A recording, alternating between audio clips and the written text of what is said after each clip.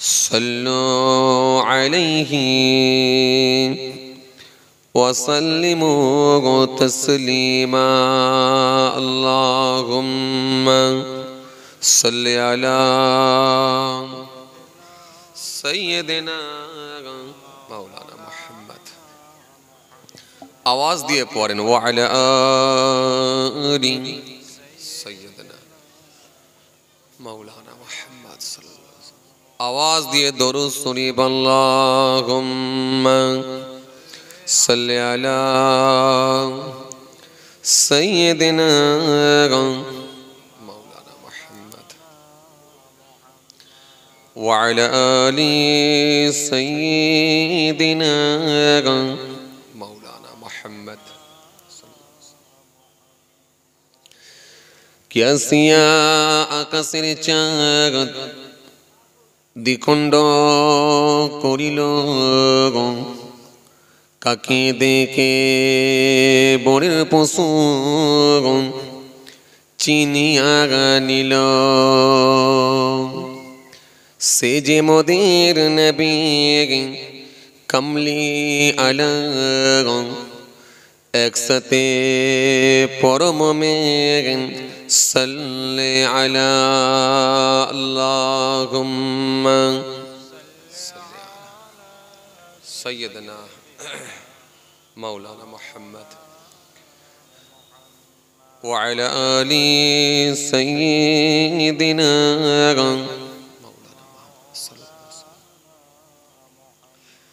যখন জন্ম তুমি নিয়েছিলে পাবে তুমি মাত্র কেঁদেছিলে হেসেছিল সবে এমন জীবন হবে করিতে গঠন মরণে হাসিবে তুমি কাঁদিবে ভুবন আল্লাহুম্মা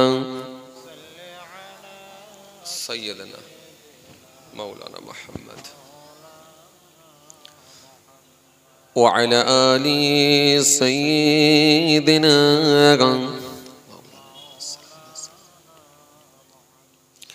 درود شريف اللهم سيدنا مولانا محمد وعلى آل سيدنا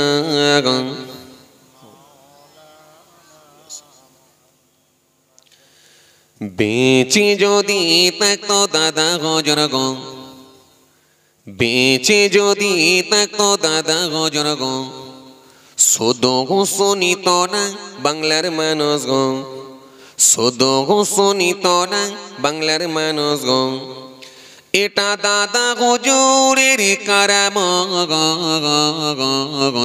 যিনি বাংলার মুজাদ্দিদ জোরে হবে না আরো জোরে হয় না যিনি বাংলারি মুজাদ্দিদ যিনি বাংলারি মুজাদ্দিদ যিনি বাংলারি মুজাদ্দিদ আল্লাহুম্মা সাইয়্যিদনা মাওলানা মুহাম্মদ وعلى آل سيدنا مولانا محمد صلى الله عليه وسلم ভালোবাসি আমি তোমায় নয়ন ভরে তাই হুসাইনি তোমায় স্মরণ করে জামানার মুজাদ্দিদ হয়েছো তুমি জামানার মুজাদ্দিদ হয়েছো তুমি আমিও দেখলে তোমায় সফল হতাম যিনি বাংলারি মুজাদ্দিদ যিনি বাংলারি মুজাদ্দিদ যিনি বাংলারি মুজাদ্দিদ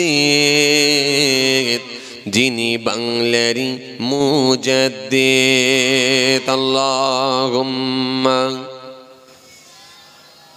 সাইয়্যিদনা मौलाना मुहम्मद आवाज दिए वअला आलि सय्यद मौलाना मुहम्मद सल्लल्लाहु अलैहि वसल्लम। وقال الله تعالى في كلامه المجيد والفرقان الحميد يا أيها الناس اعبدوا ربكم الذي خلقكم والذين من قبلكم لعلكم تتقون.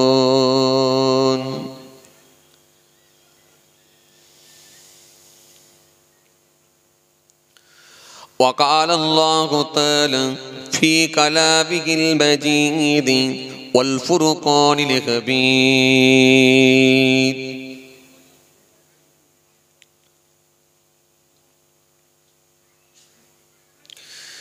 يا أيها الناس اعبدوا ربكم الذي خلقكم من نفس واحدة وخلق منها زوجها وبث منهما رجالا كثيرا ونساء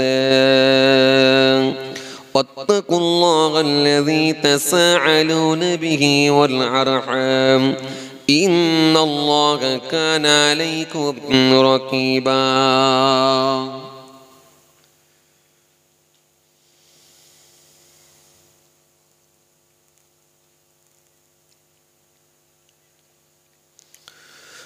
وقال النبي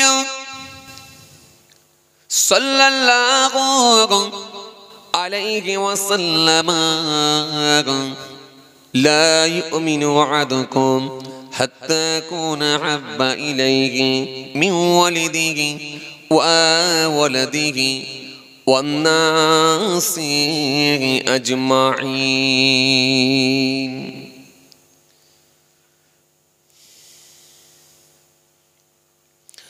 وقال النبي صلى الله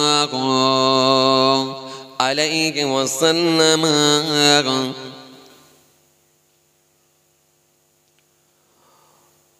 وعن أبي هريرة رضي الله تعالى عنه عن النبي صلى الله عليه وسلم قال آيات المنافق ثلاثة إذا حدث كذب وإذا وعد خلف وإذا تبي خان إلى آخر الحديث أو كما قال.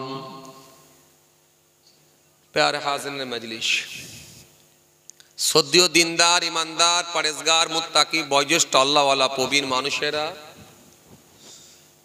আজকের মাহফিলে বসে থাকা নামাজি রোজাদা দিনদার মুত্তাকি আল্লাহর মনোনীত বান্দারা, আজকের মাহফিলে বসে থাকা শিক্ষিত মানুষ, সোশ্যাল মানুষ, কাজের মানুষেরা, আজকের মাহফিলে বসে থাকা বিশেষ ব্যক্তিরা, হাফেজে কোরআন, উলামায়ে কেরাম, আল্লাহ পাকের হাজী বান্দা গণেরা, খাস করে এই মহল্লার ইমাম, আমাদের সকলের কাছে সম্মানীয় ব্যক্তি সদ্যীয় হাফেজ সাহেব ভাইজান, তিনি এই মহল্লার ইমাম, আবার এই মাদ্রাসার ওস্তাদ, আলহামদুলিল্লাহ হাফেজে কোরআন, যোগ্য মানুষ, জ্ঞানী মানুষ, আমাদের সকলের কাছে সম্মানীয় ব্যক্তি। পাশাপাশি আরো জানাই এই মহতি সভার আমাদের সম্মানীয় মোহতারাম সভাপতি সাহেব সহ সকল সদস্য ভাইয়েরা, দূরদান্ত থেকে আগত মেহমানগণেরা, পর্দার আড়ালে অন্তরালে বসে থাকা আমার মা বোন বেটিরা, সকলকে সার্বিকভাবে সালাম মোবারকবাদ জানিয়ে খুব অল্প সময় দু চার কথা আলোচনা করে আপনাদের খেদমত থেকে বিদায়। মাশাআল্লাহ, খুব ভালো লাগছে আজকের মাহফিল, ভালো লাগছে আপনাদের আগমন। বেশ কিছু মানুষ এক জায়গায় সমবেত হয়েছেন, এক জায়গায় একত্রিত হয়েছেন। বেশ কিছু মানুষ এক জায়গায় এসে বসেছেন, অনেক প্রবীণ মানুষেরা আছেন, অনেক বয়স্ক মানুষেরাও আছেন। গুনাহগার এসেছি আপনাদের খেদমতে, আপনাদের ভাই, আপনাদের ছেলে, পীরের আওলাদ হিসাবে এসেছি, আল্লাহ নিয়ে এসেছেন। অল্প সময় দু চার কথা আলোচনা। বর্তমান সময়ে ওয়াজ নসিহতটা খুব বেশি বেশি হচ্ছে, তবুও তো আলহামদুলিল্লাহ একটা মাদ্রাসার জলসা বলে আজকের পরিবেশটা ঠিক আছে, আমি দেখছি। অন্যান্য জায়গায় গেলে দেখছি মেলায় পরিণত হয়ে যাচ্ছে। জলসা মাহফিলগুলো আস্তে আস্তে যেমন দেখা যাচ্ছে ধর্মীয় অনুষ্ঠান করছি ঠিকই, কিন্তু এই ধর্মীয় অনুষ্ঠান বলে মানুষ এত পাপ কাজের সঙ্গে ইনভলভ হচ্ছে, জলসা মাহফিলকে সামনে রেখে মেলায় পরিণত করে মানুষ সমস্ত রকম অন্যায় কাজের সঙ্গে সম্পৃক্ত হচ্ছে। বিশেষ করে যুবক ছেলেরা, যুবতী মেয়েরা বাজারে গিয়ে ভিড় জমাচ্ছে, একটা অশ্লীল পরিবেশ তৈরি করছে, নোংরামও বেড়ে যাচ্ছে। অথচ জলসার মাহফিল এটা একটা এমন প্ল্যাটফর্ম, এখান থেকে মানুষ ইসলামের দিকে ধাবিত হতে পারবে, সত্য কথাগুলোকে জানতে পারবে, শরীয়তের বিধানের দিকে মানুষ অগ্রসর হতে পারবে। এটা হচ্ছে সেই মাহফিল। অথচ এই মাহফিলকে সামনে রেখে আস্তে আস্তে মানুষ পাপ কাজের সঙ্গে সম্পৃক্ত হচ্ছে, আমরা দেখতে পাচ্ছি বিভিন্ন জায়গায় ঘুরে ঘুরে। তো যাই হোক, আল্লাহ আমাদের সকলকে হেদায়েত দেন, আমরা জোরে বলি আল্লাহুম্মা আমিন। জলসা মাহফিলটা বর্তমান সময়ে বড্ড বেশি বেশি হচ্ছে, প্রত্যেক পাড়ায় পাড়ায় হচ্ছে, গ্রামে গ্রামে হচ্ছে। আলহামদুলিল্লাহ, এখন মাদ্রাসাগুলো প্রত্যেক পাড়ায় পাড়ায় হচ্ছে। জি, প্রত্যেক পাড়ায় পাড়ায় এখন মক্তব হচ্ছে, মাদ্রাসা হচ্ছে। মসজিদগুলো 2 তলা 3 তলা করে হয়ে যাচ্ছে। হুজুরও বেড়েছে, মুবাল্লিগ সাহেব বেড়েছে, মুফাসসির সাহেব বেড়েছে, পীর সাহেব বেড়েছে, পীরজাদা সাহেব বেড়েছে, হাফেজ সাহেব বেড়েছে, ইমাম সাহেবও বেড়েছে, সবই বেড়েছে। কিন্তু এর পরও মানুষ কিন্তু পাপী লোকের সংখ্যাও কিন্তু বেড়ে যাচ্ছে, নোংরামও বেড়ে যাচ্ছে, অশ্লীল পরিবেশ তৈরি হচ্ছে। মানুষ আস্তে আস্তে দিনকে আর ভালো লাগে না, মানুষ পাপ কাজের সঙ্গে ইনভলভ হচ্ছে। অথচ এত জলসা, এত মসজিদ, এত মাদ্রাসা সব দেওয়ার পরেও অনেক বয়োজ্যেষ্ঠ প্রবীণ মানুষেরা আছেন, একবার জিজ্ঞাসা করে দেখেন, আজ থেকে 20 বছর পিছিয়ে যদি যাওয়া হয়, 20 বছর পূর্বের কথা যদি বলা হয়, তখনকার চিত্রটা সম্পূর্ণ আলাদা ছিল। কথা ঠিক কিনা ভুল বলে? এত ঘন ঘন মাদ্রাসা ছিল না, মসজিদগুলো 2 তলা 3 তলা করে ছিল না, আর এত জলসাও হতো না। লাখ লাখ টাকা খরচা করে জলসাও হতো না। এক একটা জলসা লাখ লাখ টাকা খরচা করছে যুবক ছেলেরা, কথা বুঝছে? জলসা এত হতো না, কিন্তু এত অ্যাভেলেবেল হুজুর ছিল না, বক্তাও ছিল না, পীর সাহেবও ছিল না, পীরজাদা সাহেবও ছিল না। কিন্তু একটা জিনিস বলতে হয়, মানুষ কিন্তু ভালো ছিল, মানুষ ভালো ছিল। কারণ তাদের মধ্যে একটা ইত্তাকুল্লাহ, আল্লাহর ভয় ছিল। এরকম মাহফিলে যখন সুদখোর এসে পৌঁছাতো, সুদের ওয়াজ শুনলে তার বুকের ভেতরে একটা কম্পন হতো, আমি যে ভুলটা করেছি আর নয়। আল্লাহ এই মাহফিল থেকে ওয়াদা দিচ্ছি, তওবা করে নিচ্ছি, মানুষ মাত্রে ভুল করে আল্লাহ, তবু জেনে যখন নিয়েছি যে সুদের আযাব সম্পর্কে যেহেতু আমি অবগত হয়েছি, সুতরাং আর নয়। এই মাহফিল থেকে সে তওবা করে বাড়ি ফিরে যেত। আর আল্লাহ রাব্বুল আলামিন খুশি হয়ে গিয়ে তার পূর্বের গুনাহগুলোকে মাফ করে দিয়ে একটা সময় তাকে আল্লাহর মনোনীত বান্দা হিসেবে কবুল করে নিয়েছে। সুতরাং এই মাহফিল থেকে সুদখোর এসে, বিড়িখোর এসে, ঘুষখোর এসে তারা হেদায়েত পেয়েছে। আর আজকের দিনে যদি লক্ষ্য করে দেখেন, 10 বছর 20 বছর ধরে এক একটা লোক ওয়াজ শুনছে, এক ওয়াক্ত নামাজ পড়ে না, 20 বছর ওয়াজ শুনছে, মুখে দাড়ি ফুটলো না, বুড়ো থুত্তুরে লোক, এখনো পর্যন্ত মুখে দাড়ি ফোটে না। তাহলে কি সে ওয়াজ শোনে না? যথেষ্ট ওয়াজ শুনেছে, কিন্তু তার ভেতরে ইত্তাকুল্লাহ, আল্লাহর ভয় ঢোকে না, আল্লাহর ভয় তার মধ্যে পৌঁছায় না। সে দুনিয়ার পাপ কাজের সঙ্গে সম্পৃক্ত হওয়ার কারণে আলা ওয়াহিয়াল কলব, তার কলবটা খারাপ হয়ে গেছে, গোস্তের টুকরোটা খারাপ হয়ে গেছে। রাসূল করিম সাল্লাল্লাহু আলাইহি ওয়াসাল্লাম বলেছেন, মানুষ যখন একটা পাপ করে তার একটা অন্তরে মরিচা বসে যায়, কালো দাগ বসে যায়। আর একটা পাপ করলে আর একটা কালো দাগ বসে যায়, আর একটা পাপ করলে আর একটা কালো দাগ বসে যায়। এই কালো দাগ বসতে বসতে বসতে বসতে যখন গোটা অন্তরটা মরিচাই পরিপূর্ণ হয়ে যায়, অর্থাৎ গোটা অন্তরটা যখন কালো হয়ে যায়, তখন পাপ পুণ্যি নির্বাচন করার ক্ষমতাটা তার থাকে না। এই জন্য আমরা কিছু মানুষকে লক্ষ্য করে দেখতে পাই, পেচ্ছাপ করে পানিও নেয় না। আবার কিছু মুসলমান এমন আছে দেখবেন বসেও পেচ্ছাপ করে না, ওরা মনে মনে ভাবছে ওটা কোনো ব্যাপারই না, আমি করছি তো কি হয়েছে। সুতরাং এই পাপ করতে করতে করতে করতে মানুষ যখন একটা এমন জায়গায় পৌঁছে যায়, সব সীমা ছাড়িয়ে যায়, তার বুকের ভেতর থেকে আল্লাহর ভয়টাই চলে যায়, আল্লাহর ভয়টাই চলে যায়। আর আল্লাহর ভয় যখন বুকের ভেতর থেকে চলে যাবে, তখন জানবে সমস্ত রকম পাপ কাজ করা তার জন্য সম্ভব, কিছুটাই আর কোনোটাই আর অসম্ভব নয়। এই জন্য কিছু লোক দেখবেন দাঁড়িয়ে পেচ্ছাপ করছে, সুদ খাচ্ছে, মদ খাচ্ছে, গ্যাজার টান মারছে, ক্যারাম বোর্ড খেলছে, লটারির টিকিট কাটছে, এরপরও কিন্তু তার অন্তরে একটা কম্পন হয়নি যে এইভাবে কতদিন চলবে, আল্লাহর ডাক আসলেই তো চলে যেতে হবে। এরপরও কিন্তু তার ভেতরে একটা ভয় ভীতি আসছে না। তার কারণ কি? সে পাপে তার গোটা অন্তর খারাপ হয়ে গেছে, মরিচাই পরিপূর্ণ হয়ে গেছে। কথা বুঝে আসছে? যখন মানুষের গোটা অন্তর মরিচাই পরিপূর্ণ হয়ে যাবে, কালো হয়ে যাবে, তখন সে পাপ পুণ্য নির্বাচন করার ক্ষমতা হারিয়ে ফেলবে। আর মোমেনের লক্ষণ হবে কি? যখন সে একটা পাপ করে ফেলবে, অমনি তার বুকের ভেতরে একটা কাঁপনি শুরু হবে, আল্লাহ আমি কি করে ফেললাম, এত বড় অন্যায় করে ফেললাম, আল্লাহ আমি কি করে ফেললাম। সঙ্গে সঙ্গে সে অনুতপ্ত হবে, হয়ে আল্লাহর দিকে ফিরে আসবে। এটা হচ্ছে মোমেনের লক্ষণ। রাসূল করিম সাল্লাল্লাহু আলাইহি ওয়াসাল্লাম বলেন ফাআনতা মুমিনুন, অতঃপর সেই হবে একজন মোমেন। বিশ্বনবী প্রফেট মুহাম্মদ মুস্তাফা সাল্লাল্লাহু আলাইহি ওয়াসাল্লামকে জিজ্ঞাসা করা হলো, জি মাল ঈমান, ঈমান কি? আল্লাহ নবী বলেন ক্বালা ইযা সাররাতকা হাসানাতুকা ওয়া সাআতকা সাইয়্যাতুকা ফাআনতা মুমিনুন। আল্লাহ নবী বললেন যখন তুমি কোনো ভালো কাজ করবে, ওই ভালো কাজটা করলে তুমি একটা স্বাদ পাবে, মজা পাবে। আর তোমার দ্বারা যদি কোনো অসৎ কাজ হয়, তুমি ব্যতীত হবে, অসৎ কাজ হলেই ব্যতীত হবে। বান্দা মিথ্যা কথা বলে জমির দালালি করেছে, সে ব্যতীত হবে। বান্দা সুদের খাতায় নাম লিখিয়ে ফেলেছে, ব্যতীত হবে। বান্দা লটারির টিকিট কেটে ফেলেছে, ব্যতীত হবে।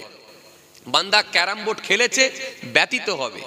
বান্দা চায়ের দোকানে গিয়ে বিড়ির টান বেড়েছে আর বসে বসে আপনার কি বলে টিভি দেখেছে, ব্যতীত হবে মনের দিকে, আমি কি করলাম। এই ব্যতীত হবে, ব্যতীত হতে হবে।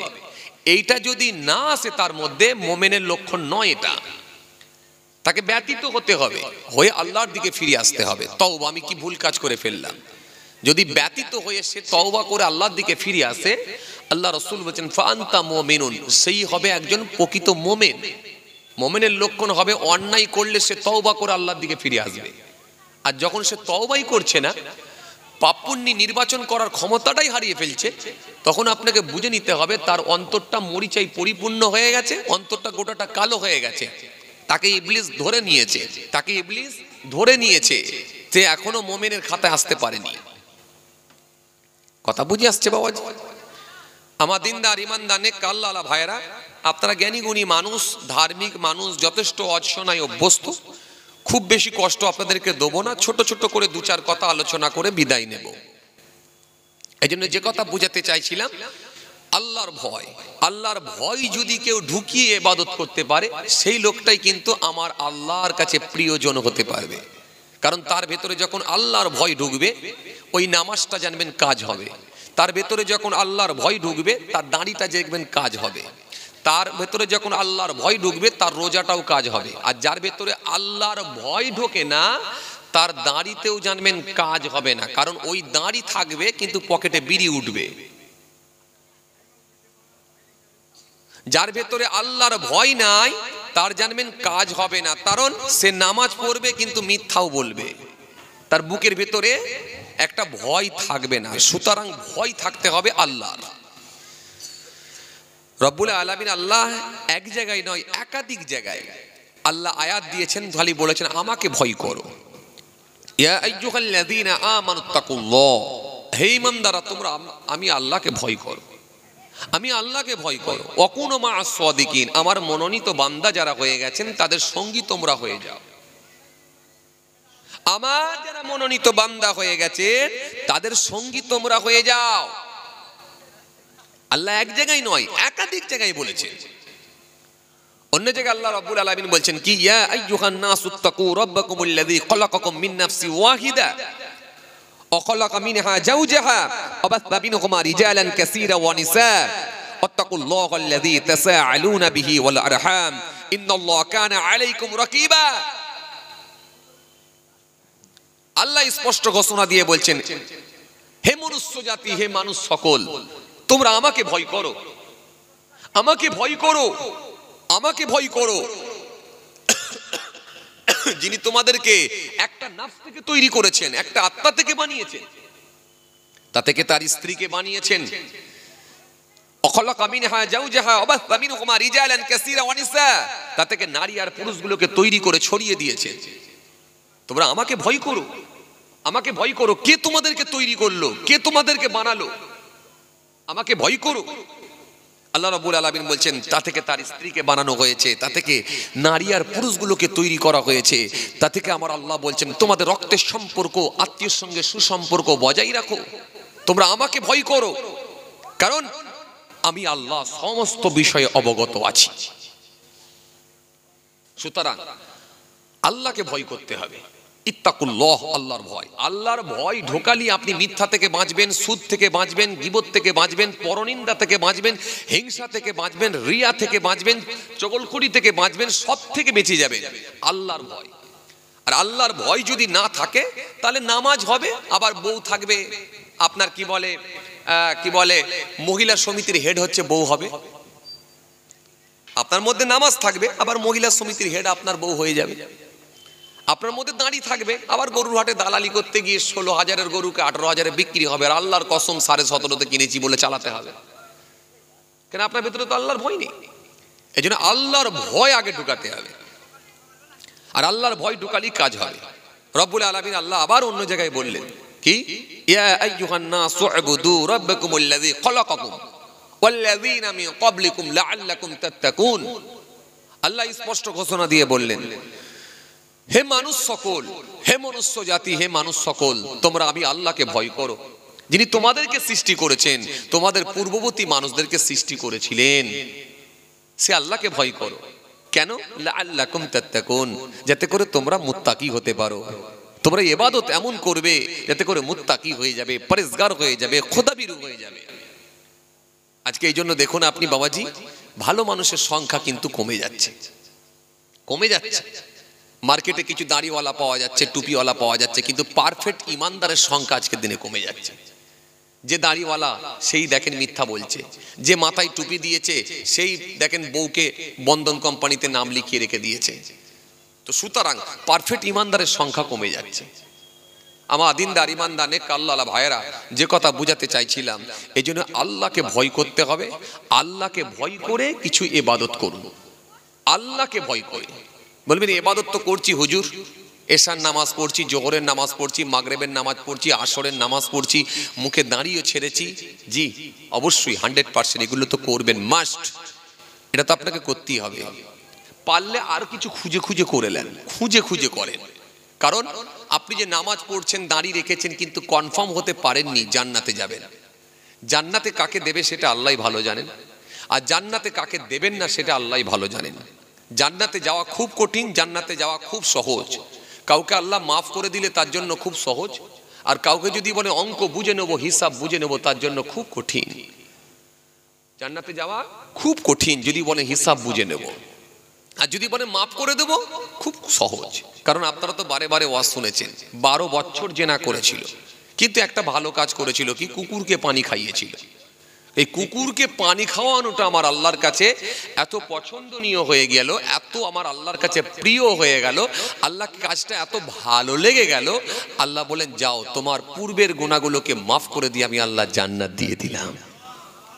যদি বলবেন না, তো সুতরাং আপনার কোন কাজকে আল্লাহ পছন্দ করবে সেটা আল্লাহই ভালো জানে, এটা আপনাকে খুঁজে বার করতে হবে।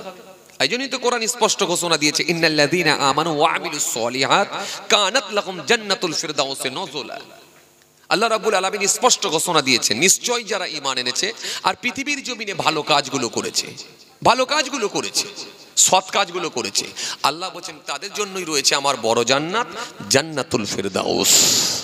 জোরে বলবেন না? আসুন ছোট ছোট কাজগুলো আপনি খুঁজে খুঁজে বার করুন, এতে কাজ হতে পারে। হে তরুণিয়া নওজোয়ান যুবকেরা, এ আমার মুরব্বিয়ানেরা, শুনে রেখে দিলে বাবা, আপনি যখন বাড়িতে আছেন সাংসারিক কিছু কাজ আপনি ছোট ছোট করতে পারেন। রাস্তা দিয়ে যখন আপনি যাচ্ছেন চোখের সামনে কিছু কাজ পড়লে আপনি সেগুলো করে নিতে পারেন। কেন? কোন কাজটা আল্লাহ ভালোবাসবেন, কোন কাজটার কাছে আমার আল্লাহর কাছে পছন্দ হবে সেটা আমার আল্লাহই জানেন, দুনিয়ার কোনো মানুষ জানে না।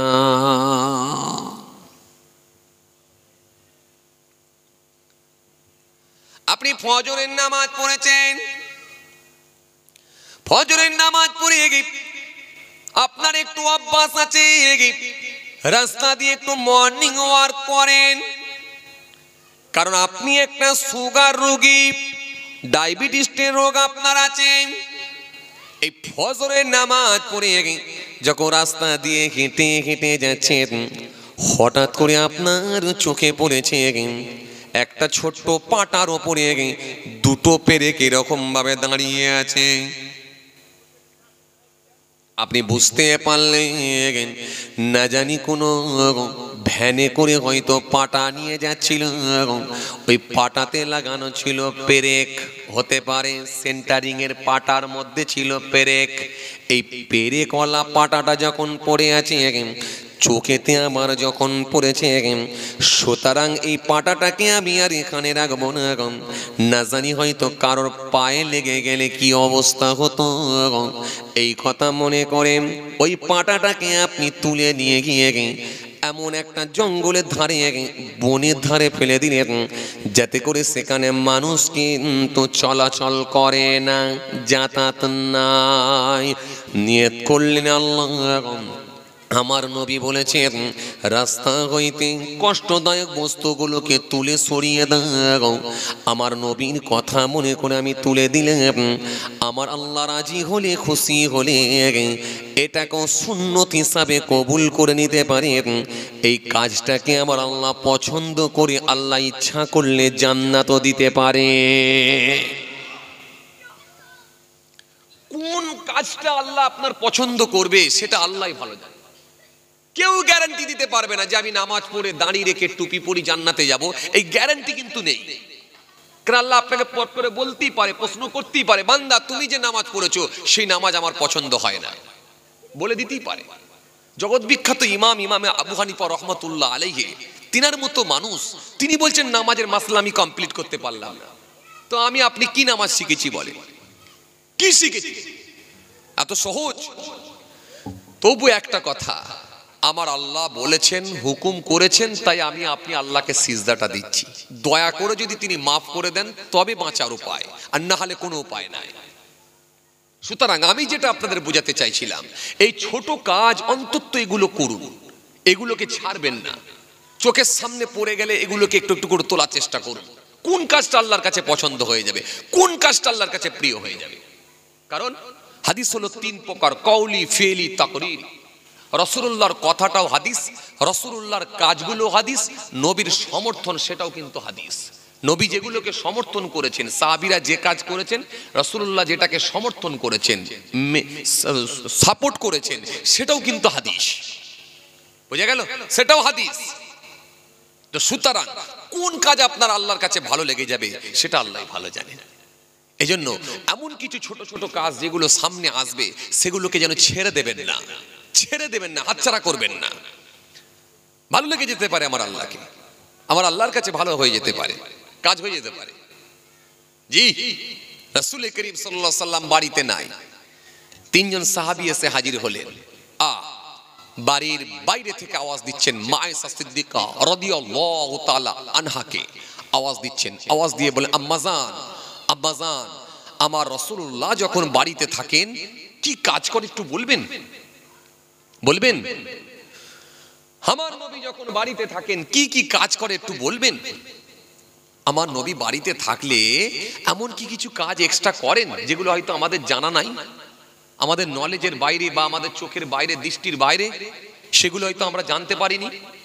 কারণ রাসূলুল্লাহ যখন আমাদের কাছে থাকেন নবী কি কি করেন সেগুলো তো জানি আমরা, কিন্তু যখন বাড়িতে থাকেন কি কি কাজ করে একটু বলবেন। মায়েশা সিদ্দিকা রাদিয়াল্লাহু তাআলা আনহাকে জিজ্ঞাসা করা হচ্ছে, তিনজন সাহাবী জিজ্ঞাসা করছেন। জি, মায়েশা সিদ্দিকা রাদিয়াল্লাহু তাআলা আনহা সেই সময় বললেন, হ্যাঁ, আমার নবী যখন বাড়িতে থাকেন অতি সাধারণ ছোট ছোট কাজগুলো করেন। কোরআনে এই জন্য আল্লাহ রাব্বুল আলামিন বলেছেন, মা তাকুম রাসূল ফাখুযুহু ওয়া মা নাহাকুম আনহু ফান্তাহু। আমার রাসূল তোমাদেরকে যেগুলো আদেশ করেন সেগুলো তোমরা করো, আর নবী যেগুলোকে নিষেধ করেন সেগুলো থেকে তোমরা বেঁচে থাকো, বর্জন করো। আর নবী যেগুলোকে আদেশ করেছেন সেগুলো স্বতঃস্ফূর্তভাবে গ্রহণ করো, কারণ নবীর আদেশ আর নিষেধটাই আমার আল্লাহর আদেশ আর নিষেধ। জোরে বলবেন না, আরো জোরে বলবেন না। কারণ রাসূল হচ্ছে আপনার আমার জন্য টিচার, আমাদের সকলের জন্য উস্তাদ। পৃথিবীর জমিনে একজনকে আমার আল্লাহ মনোনীত করে পৃথিবীর জমিনে সিলেক্ট করেছিলেন, বিশ্ব নবী, বিশ্ব রাসূল, লাস্ট অফ প্রফেট হযরত নবী মুহাম্মদ মুস্তাফা সাল্লাল্লাহু আলাইহি সাল্লামকে পৃথিবীর জমিনে আল্লাহ প্রেরণ করলেন সকলের জন্য উস্তাদ করে, সকলের জন্য টিচার করে। আপনি যেভাবে আমার নবীর থেকে জানার চেষ্টা করবেন আলহামদুলিল্লাহ নিতে পারবেন, নিতে পারবেন। টাইসনের মতো মানুষ তিনি আমার নবীর থেকে ধার করছেন। জি, জজবান্নেশ্বরের মতো মানুষ তিনি আমার নবীর থেকে ধার করছেন। জি, ডক্টর মারিস মুকাইলের মতো মানুষ তিনি আমার নবীকে নিয়ে গবেষণা করছেন, ধার করছেন। আমার নবী থেকে ধার করলেন, করে তারা থাকতে না পারে ইসলামের ছত্র ছায়া এসে নবীর ওপরে বিশ্বাস করে, আল্লাহকে রাজি করার জন্য আল্লাহর ওপরে বিশ্বাস করে তারা প্রত্যেকেই সব ঈমান কবুল করে নিয়েছেন, পড়ে নিয়েছেন। ইয়া আইয়ুহাল্লাযীনা আমানু আমিনু বিল্লাহি রাসূলিহি ওয়াল কিতাবিল্লাযী নাযালা আলা রাসূলিহি ওয়াল কিতাবিল্লাযী আনজালা মিন ক্বাব ওয়া মান ইয়াকফুর বিল্লাহি ওয়া মালাইকাতিহি ওয়া কুতুবিহি ওয়া রাসূলিহি ওয়াল ইয়াউমিল আখির ফাকাদ দাল্লা দালালান বাঈদা। এটা পড়ে নিয়েছে। আমানতু বিল্লাহি ওয়া মালাইকাতিহি ওয়া কুতুবিহি ওয়া রাসূলিহি ওয়াল ইয়াউমিল আখির আল কদরে খাইরিহি ওয়া শাররিহি মিনাল্লাহি তাআলা ওয়াল বা'থি বা'দাল মাউত। এটা তারা মেনে নিয়েছেন, বিশ্বাস করে নিয়েছেন। কিন্তু বড় দুঃখের সঙ্গে বলতে হয় আমরা কিছু মুসলমানের ছেলে এখনো পুরোপুরি ভাবে জানতে পারলাম না ইসলামকে, জানতেই পারলাম না। ইসলামকে সহজ ভাবে নেন, কঠিন ভাবে নেবেন না, কঠিন ভাবে নেবেন না, সহজ ভাবে নেন। আমার আল্লাহ কোন কাজটা আপনার পছন্দ করবে সেটা আল্লাহই জানেন। খুব সহজ ভাবে নেন আর কিছু তুলে নেওয়ার চেষ্টা করেন, কিছু তুলে নেওয়ার চেষ্টা করেন। কাউকে জিজ্ঞাসা করতে হবে না, বিবেককে জিজ্ঞাসা করবেন, বিবেক আপনাকে অ্যানসার দেবে, উত্তর দেবে কোনটা ঠিক আর কোনটা ভুল। কিছু তুলে নেন। এই তরুণিয়া নওজোয়ান জওয়াকেরা, ইয়া মাই মুরব্বিয়ানেরা, শুরু রেখে দেবে বাবা। আম্মা জান মায়েশা সিদ্দিকা রাদিয়াল্লাহু তাআলা আনহা সেই সময় বললেন, শোনো, আমার নবী যখন বাড়িতে থাকেন অতি সাধারণ কাজগুলো আমার নবী করেন। ওয়াকুমুল বাইতা ওয়াহলিবুনা সাতা ওয়াখিতা সাবাহু ওয়াকসিফানা আলাহু ওয়ায়ামিলু বিযাতি মিনাস সাক। وعن عائشة قالت كان رسول الله صلى الله عليه وسلم إذا لبث قميصا. وعن عائشة قالت كان رسول الله صلى الله عليه وسلم إذا لبث قميصا بدأ بما يبينه.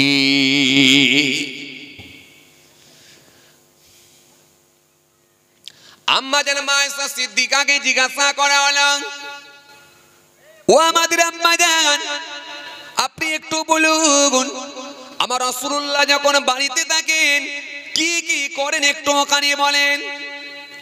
আম্মা জান মায়েশা সিদ্দিকা রাদিয়াল্লাহু তাআলা আনহা সেই সময় বললেন, শোনো শোনো, আমার নবী যখন বাড়িতে থাকেন সাধারণ ছোট ছোট কাজগুলো করেন। ওয়াকুমুল বাইতা, নবী আমার ঘরটা ঝাড়ু দেন। ওয়াহলিবুনা সাতা, বকরি দুধ দহন করেন। ওয়াখিতা সাবাহু, ছেঁড়া কাপড়গুলো সেলাই করেন। ওয়াকসিফানা আলাহু, ছেঁড়া জুতোগুলো সেলাই করেন। ওয়ায়ামিলু বিযাতি মিনাস সাক, নবী আমার কাঁধে করে বাজার বহন করে নিয়ে আমি আয়েশা আমার কাছে পৌঁছে দেয়। জোরে বলবেন না? আপনি কত বড় প্রফেসর হয়েছেন, আপনি কত বড় মাস্টার হয়েছেন, কত বড় ডক্টর হয়েছেন, কত বড় হুজুর হয়েছেন, কত বড় ইমাম সাহেব হয়েছেন, কত বড় পীর সাহেব হয়েছেন, আপনি তো আমার নবীর থেকে বড় হতে পারবেন না। আমার নবীর থেকে কেউ বড় হতে পারবে না। সে রাসূলুল্লাহ যদি এই কাজগুলো করতে পারে তো আপনি আমি কেন পারি না? আম্মাজান মায়েশা সিদ্দিকা রাদিয়াল্লাহু তাআলা আনহা সেই সময় বললেন, শোনো, আমার নবীকে আমি বললাম, ইয়া রাসূলুল্লাহ গে ওয়া হাবিবাল্লাহ, হুজুর আপনি এই কাজগুলো করবেন না। আমি আয়েশা আপনার জন্য আছি, আমি হলাম আপনার হালিয়া, আমি হলাম আপনার বিবি। ও আল্লাহ নবী, আমি যখন বাড়িতে থাকি এগুলো আমি নিজে হাতে করে দেব। আমার নবী সেই সময় বললেন, হে আয়েশা শুনে রেখে দাও, হে আয়েশা জেনে রেখে দাও, তুমি করবে এটা ঠিকই, তবে শুনে রেখে দাও এই ঘরটা তো তোমার একার নয়, আর এই ঘরটা তো আমার একার নয়, এই ঘরটা হলো আমাদের ঘর, আমাদের ঘর, আমাদের সংসার। সুতরাং আয়েশা তুমি করলেও করতে হবে, আর আমি করলেও করতে হবে, যে হোক করলেই হবে। হে আয়েশা, তুমি যখন অন্য কাজ করছো তাহলে আমি যদি তোমাকে একটু হেল্প করি তো অসুবিধা কোথায় বলো? আমার নবী আমাকে হেল্প করার জন্য এইরকম ছোট ছোট কাজগুলো করে দেন। আমি বারণ করলেও আমার নবী আমাকে বোঝাতেন, বুঝিয়ে আমার নবী ঘরটা ঝাড়ু মেরে দিতেন। বাবাজি আমার ভাইয়েরাম, আমার নবী বাড়িতে যখন থাকেন আমার নবী বকরির দুধ দহন করেন। আমার নবী যখন বাড়িতে থাকেন কাঁধে করে বাজার বহন করে নিয়ে আসেন। আমার নবী যখন বাড়িতে থাকেন ছেঁড়া কাপড়গুলোকে নিয়ে ছুঁতো নিয়ে নিজে নিজে বসে টুক টুক টুক টুক করে সেলাই করে এগুলো সব কিন্তু সুন্নত হিসাবে কাজ হবে, সব কিন্তু সুন্নাত। নবী যেগুলো করেছেন সেগুলোই আপনার আমার জন্য সুন্নাত, যদি আপনি সেগুলোকে মেনে নিতে পারেন, করতে পারেন। নবী যা করেছেন সব আমাদের জন্য সুন্নাত। নবীর কথাগুলো সুন্নত, নবীর কাজগুলো সুন্নত। নবী যেগুলোকে সমর্থন করেছেন, মেনে নিয়েছেন, সাপোর্ট করেছেন, সেটাও হবে সুন্নাত, সেটাও হবে সুন্নাত। তো সুতরাং আপনি বাড়িতে থাকলে এটা লাগাতে পারেন, মন চাইলে লাগাতে পারেন। এটা আর আপনাকে অন্য ঘরে পাঠাতে চাইনি, ছোট্ট একটা কাজ দিলাম, করুন। কাঁচা বাজার যখন কিনে নিয়ে আসছেন ভেবিয়া বাজার থেকে, কাঁচা বাজার কিনে নিয়ে আসছেন, কাঁচা সবজি কিনে নিয়ে আসছেন ভেবিয়া বাজার থেকে। আপনাদের এখানে কোথায় বাজার? হ্যাঁ, গারাকুপি। এই গারাকুপি বাজার থেকে যখন আপনি তাজা সবজি কিনে নিয়ে আসছেন, তাজা মাছ কিনে নিয়ে আসছেন, হাতে করে যখন নিয়ে আসছেন, বিড়ির টানটা ডান হাতে দেবেন না। বাঁ হাতে যখন সবজি ধরবেন ডান হাতে বিড়ির টানটা খালি দেবেন না, ব্যাস বিড়িটাকে ত্যাগ করে দেন, ছেড়ে দেন। বিড়ির টানটা না দিয়ে তাজা সবজিটা নিয়ে আসুন, একটা নিয়ত করুন, আল্লাহ আমার নবী নিয়ে আসছেন, আমি রাসূলুল্লাহ থেকে বড় কোনোদিনই হতে পারবো না, কেউ আমার নবীর থেকে বড় হতে পারে না, আমার রাসূলুল্লাহ নিয়ে এসেছেন, আমি নবী সুন্নত মনে করে নিয়ে যাচ্ছি। ব্যাস এতটুকু যদি করতে পারেন, আমার আল্লাহ রাজি হলে, খুশি হলে, আমার আল্লাহ যদি পছন্দ হয়ে যায়, ওই আমলটাকে পছন্দ করে নিলে আল্লাহ আপনাকে জান্নাতও দিয়ে দিতে পারে। সহজ ব্যাপার। বাজার তো এমনি বয়ে নিয়ে আসতেই হয়, আপনাকে খুব কষ্ট আমি দিই না, খুব কষ্টের কাজ কিন্তু আপনাদেরকে দিই না। দিয়েছি খুব কষ্টের কাজ? আমি বলেছি জঙ্গলে গিয়ে ইবাদত করো, এটা আমি বলিনি।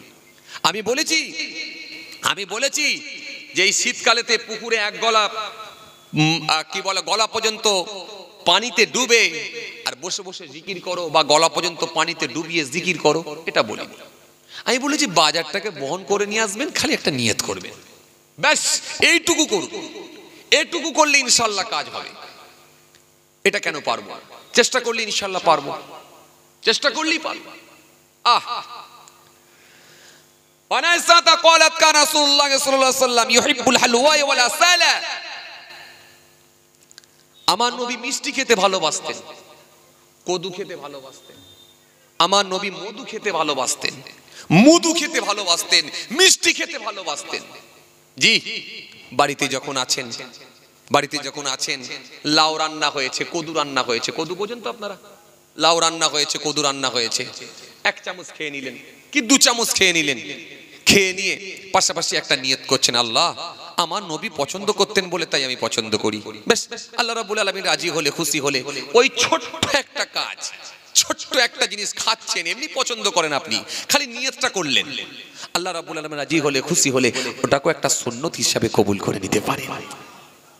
বাড়িতে আছেন, মিষ্টি জাতীয় কোনো একটা খাবার খাচ্ছেন, জি, খাওয়া দাওয়ার পর একটু মিষ্টি জাতীয় কোনো খাবার একটা খেলেন, খাচ্ছেন, নিয়ত করলেন আমার নবী পছন্দ করতেন বলে তাই আমি নবী সুন্নত মনে করে করছি। বেশ, আলহামদুলিল্লাহ, এতে আল্লাহ কাজ দিয়ে দিতে পারে, এটা একটা সুন্নত হিসাবে কবুল করে নিতে পারে। কিন্তু আমরা তা কি করি? তা করি না। যদিও সুন্নত আদায় করব, তো একটা যদি মেয়ের বিয়ে যদি পাই, কেউ যদি বিয়ে বাড়িতে দাওয়াত করে, সেখানে গিয়ে একসঙ্গে 22টা রসগোল্লা খাচ্ছি, ফাটাফাট করে খালি 22টা রসগোল্লা। তখন হ্যাঁ, তখন পাড়ার লোকেরা বলছে, পাড়ার ছেলেরা বলছে, কি গো চাচা তুমি যে বলো সুগার, তোমার যে বলো ডায়াবেটিসের রোগ আছে, সুগার রোগী, সুগার পেশেন্ট, তুই এত রসগোল্লা খাচ্ছ? তখন বলছে বাবা বছরেরটা একবারে তুলে নিচ্ছি, কে কিনে খাবে বল না? কথা বুঝছি যে না, আসুন ভালো কাজ খুঁজে বার করুন, ও আমিলুস সলিহাত।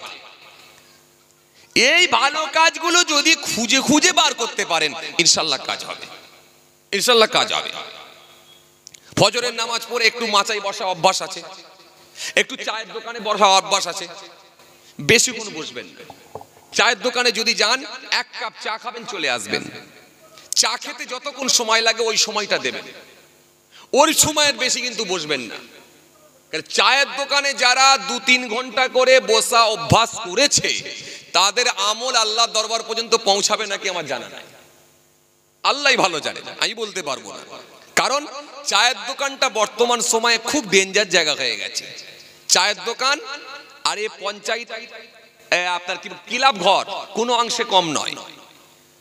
চায়ের দোকানে যত রকমের সমালোচনা, যত রকমের আলোচনা, যত রকমের গীবত, পাড়ায় প্রতিবেশীতে কার ছেলে হয়েছে সেই খবরটাও চায়ের দোকানে পাওয়া যায়, কে বাড়ি করছে সেই খবরটাও চায়ের দোকানে পাওয়া যায়, কে গাড়ি কিনেছে সেই খবরটাও পাওয়া যায়, কুরবানির হাটেতে গরু কিনেছে, কার গরু কত টাকা দাম লেগেছে সেই খবরটাও চায়ের দোকানে পাওয়া যায়।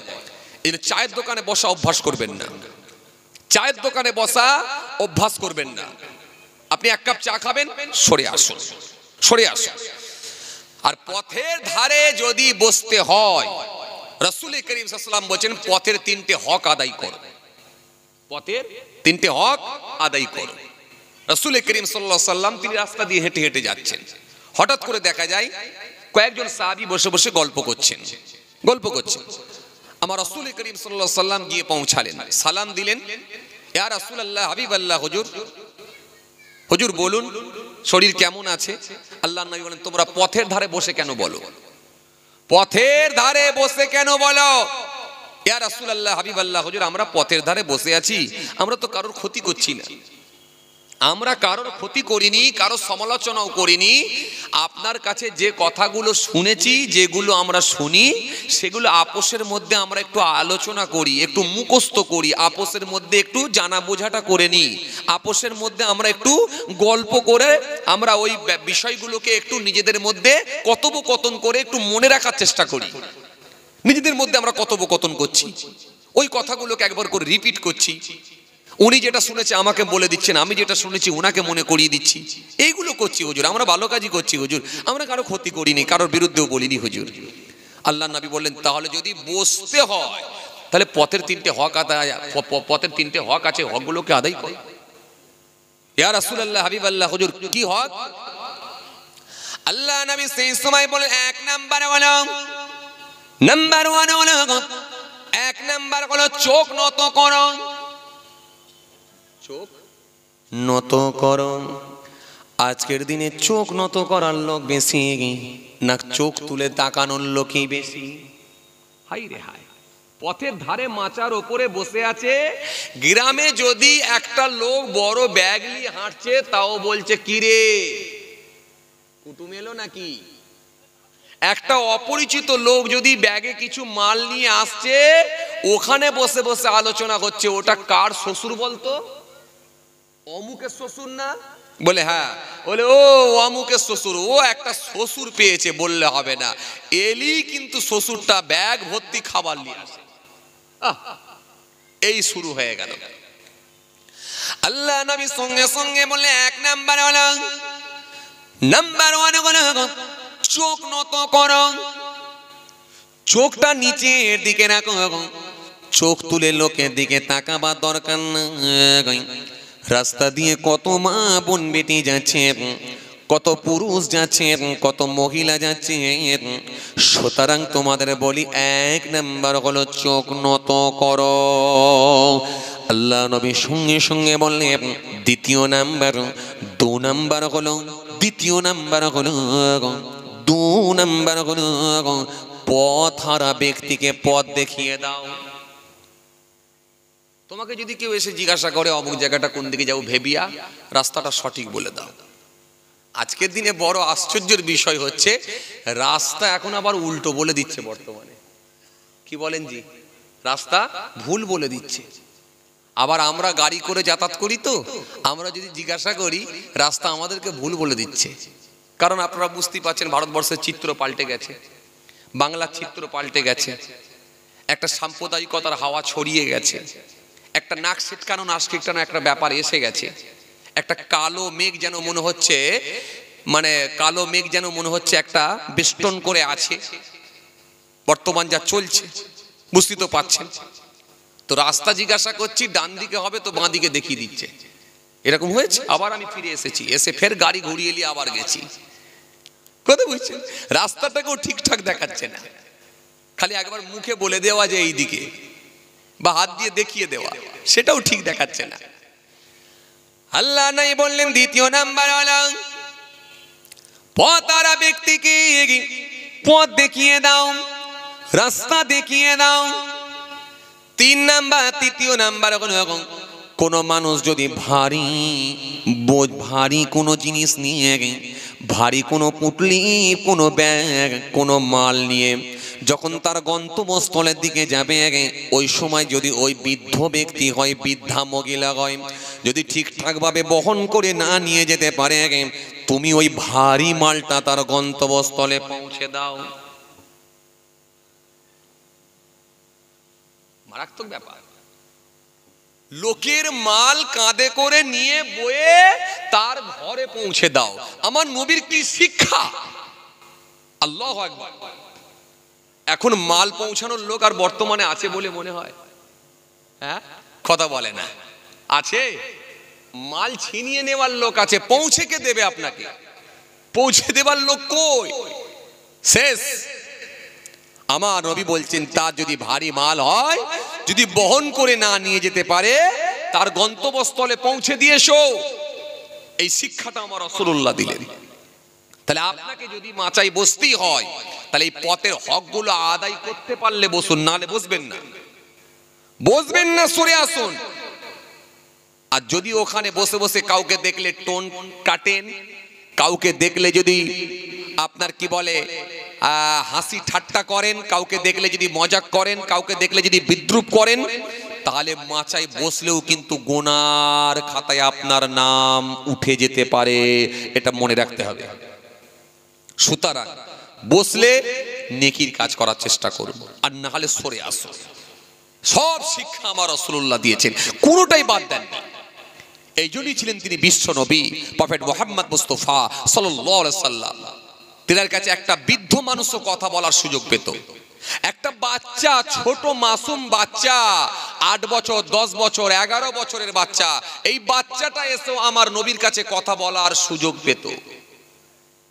এই পারমিশনও আমার নবী দিতেন, এই সুযোগটাও তাকে আমার নবী দিয়েছেন। হ্যাঁ, আমার নবীর সামনে সেও এসে কথা বলতে পেরেছে, তার মনের দুঃখ কষ্টটা আমার নবীকে জানাতে পেরেছে। আমার নবী নিজে কানে শুনেছে। আল্লাহু আকবার। এই জন্য আসুন রাসূলুল্লাহর কথাগুলো একটু একটু করে ধার করে সেগুলোকে একটু বাস্তবায়ন করার চেষ্টা করি। আমরা করতে পারলে ইনশাআল্লাহ কাজ হবে, ইনশাআল্লাহ কাজ হবে।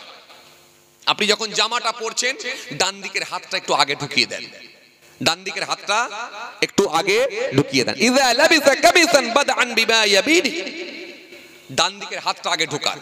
কিংবা ডান দিকের পাটা, পরনের কাপড় পরছেন তো ডান দিকের পাটা আগে ঢুকিয়ে দেন, ঢুকিয়ে দেন। কোটটা পরছেন ডান দিকের হাতটা আগে ঢুকিয়ে দেন। এই আমলটা করুন, ছোট্ট একটা আমল, এটা একটা সুন্নাত। এই ডান দিকের হাত বা ডান দিকের পরনের কাপড় পরছেন ডান দিকের পা বা কোট পরছেন ডান দিকের হাত ঢুকিয়ে দেন। একটা নিয়ত করুন, আল্লাহ আমার নবী আগে পড়তে বলেছেন বা পড়েছেন, আমি নবীর সুন্নত মনে করে করছি। বাস এইটুকু মনে করে যখন ডান দিকের হাত ঢুকিয়ে দেবেন, আমার আল্লাহ রাজি হলে, খুশি হলে ওটাকে সুন্নত হিসাবে কবুল করে নিয়ে, ওই আমলটাকে আল্লাহ পছন্দ করে নিয়ে, ওটার জন্য আল্লাহ ইচ্ছা করলে আপনাকে জান্নাত দিয়ে দিতে পারে।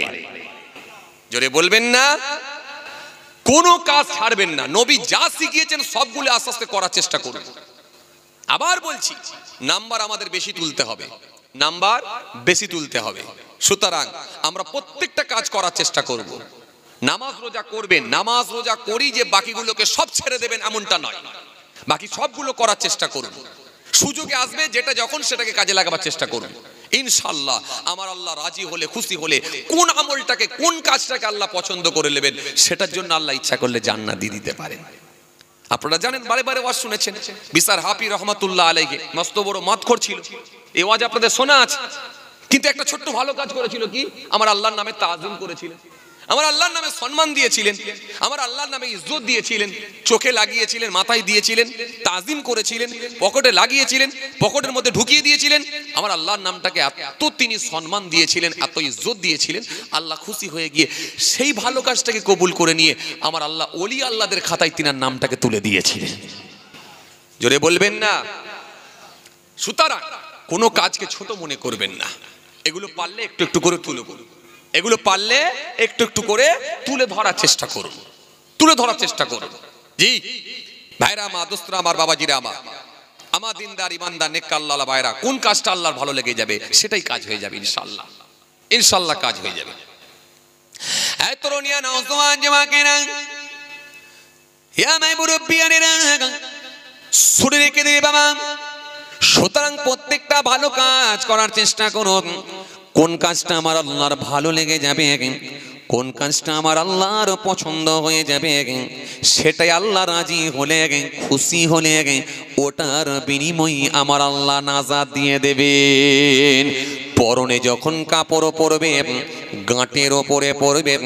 কেন? আমার নবী জানিয়ে দিয়েছেন, যদি কোনো ব্যক্তি অহমিকা দেখিয়ে, অহংকার দেখিয়ে, রিয়া ফাখার দেখিয়ে যদি ইচ্ছাকৃতভাবে গাঁটের নিচে পরনের কাপড় পরে, ওই গাঁট থেকে নিচের অংশটা কেটে কাল কিয়ামতের ময়দানে আমার আল্লাহ জাহান্নামের আগুনে ফেলে দেবেন। তার দিকে আমার আল্লাহ রহমতের নজরে তাকাবেন না। আপনার নামাজ আছে, রোজা আছে, দাঁড়িয়ে আছে, খালি যখন পরনের কাপড়টা পরলেন, পরনের কাপড়টাকে ইচ্ছা করে গাঁটের নিচে পরলেন, পরে দিয়ে বললেন, ও হুজুর বলেছে বলি করতে হবে নাকি?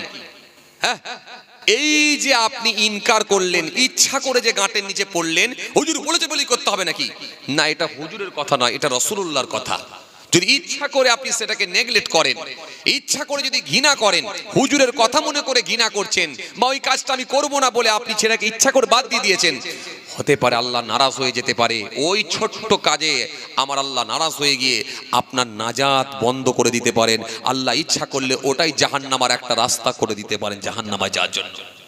ইবলিস শয়তান কিন্তু কম ইবাদত ছিল না, ইবলিস শয়তানের কম ইবাদত ছিল না, কিন্তু একটা কাজ করেছিল, কি?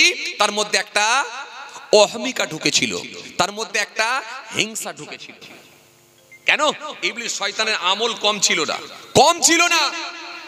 কারণ আপনারা জানেন, এই মানব জাতিকে আল্লাহ পৃথিবীর জমিনে পাঠানোর আগে, এই মানব জাতিকে পৃথিবীর জমিনে প্রেরণ করার আগে আল্লাহ জিন জাতিকে পৃথিবীর জমিনে পাঠিয়েছিলেন। আর জিন জাতি যখন পৃথিবীর জমিনে এসে অন্যায়, অত্যাচার, অবিচার, মারামারি, কাটাকাটি, খুনোখুনি, সমস্ত রকম গুনার কাজের সঙ্গে যখন সম্পৃক্ত হলো, আল্লাহ আকাশ থেকে ফারেস্তাদের পাঠালেন, পাঠিয়ে বললেন, যাও ওই জিন জাতিগুলোকে মেরে, জেনেদেরকে মেরে তাড়িয়ে পাহাড়ের দিকে পাঠিয়ে দাও। মেরে তাড়িয়ে সব পাহাড়ের দিকে পাঠিয়ে দেওয়া হয়েছিল।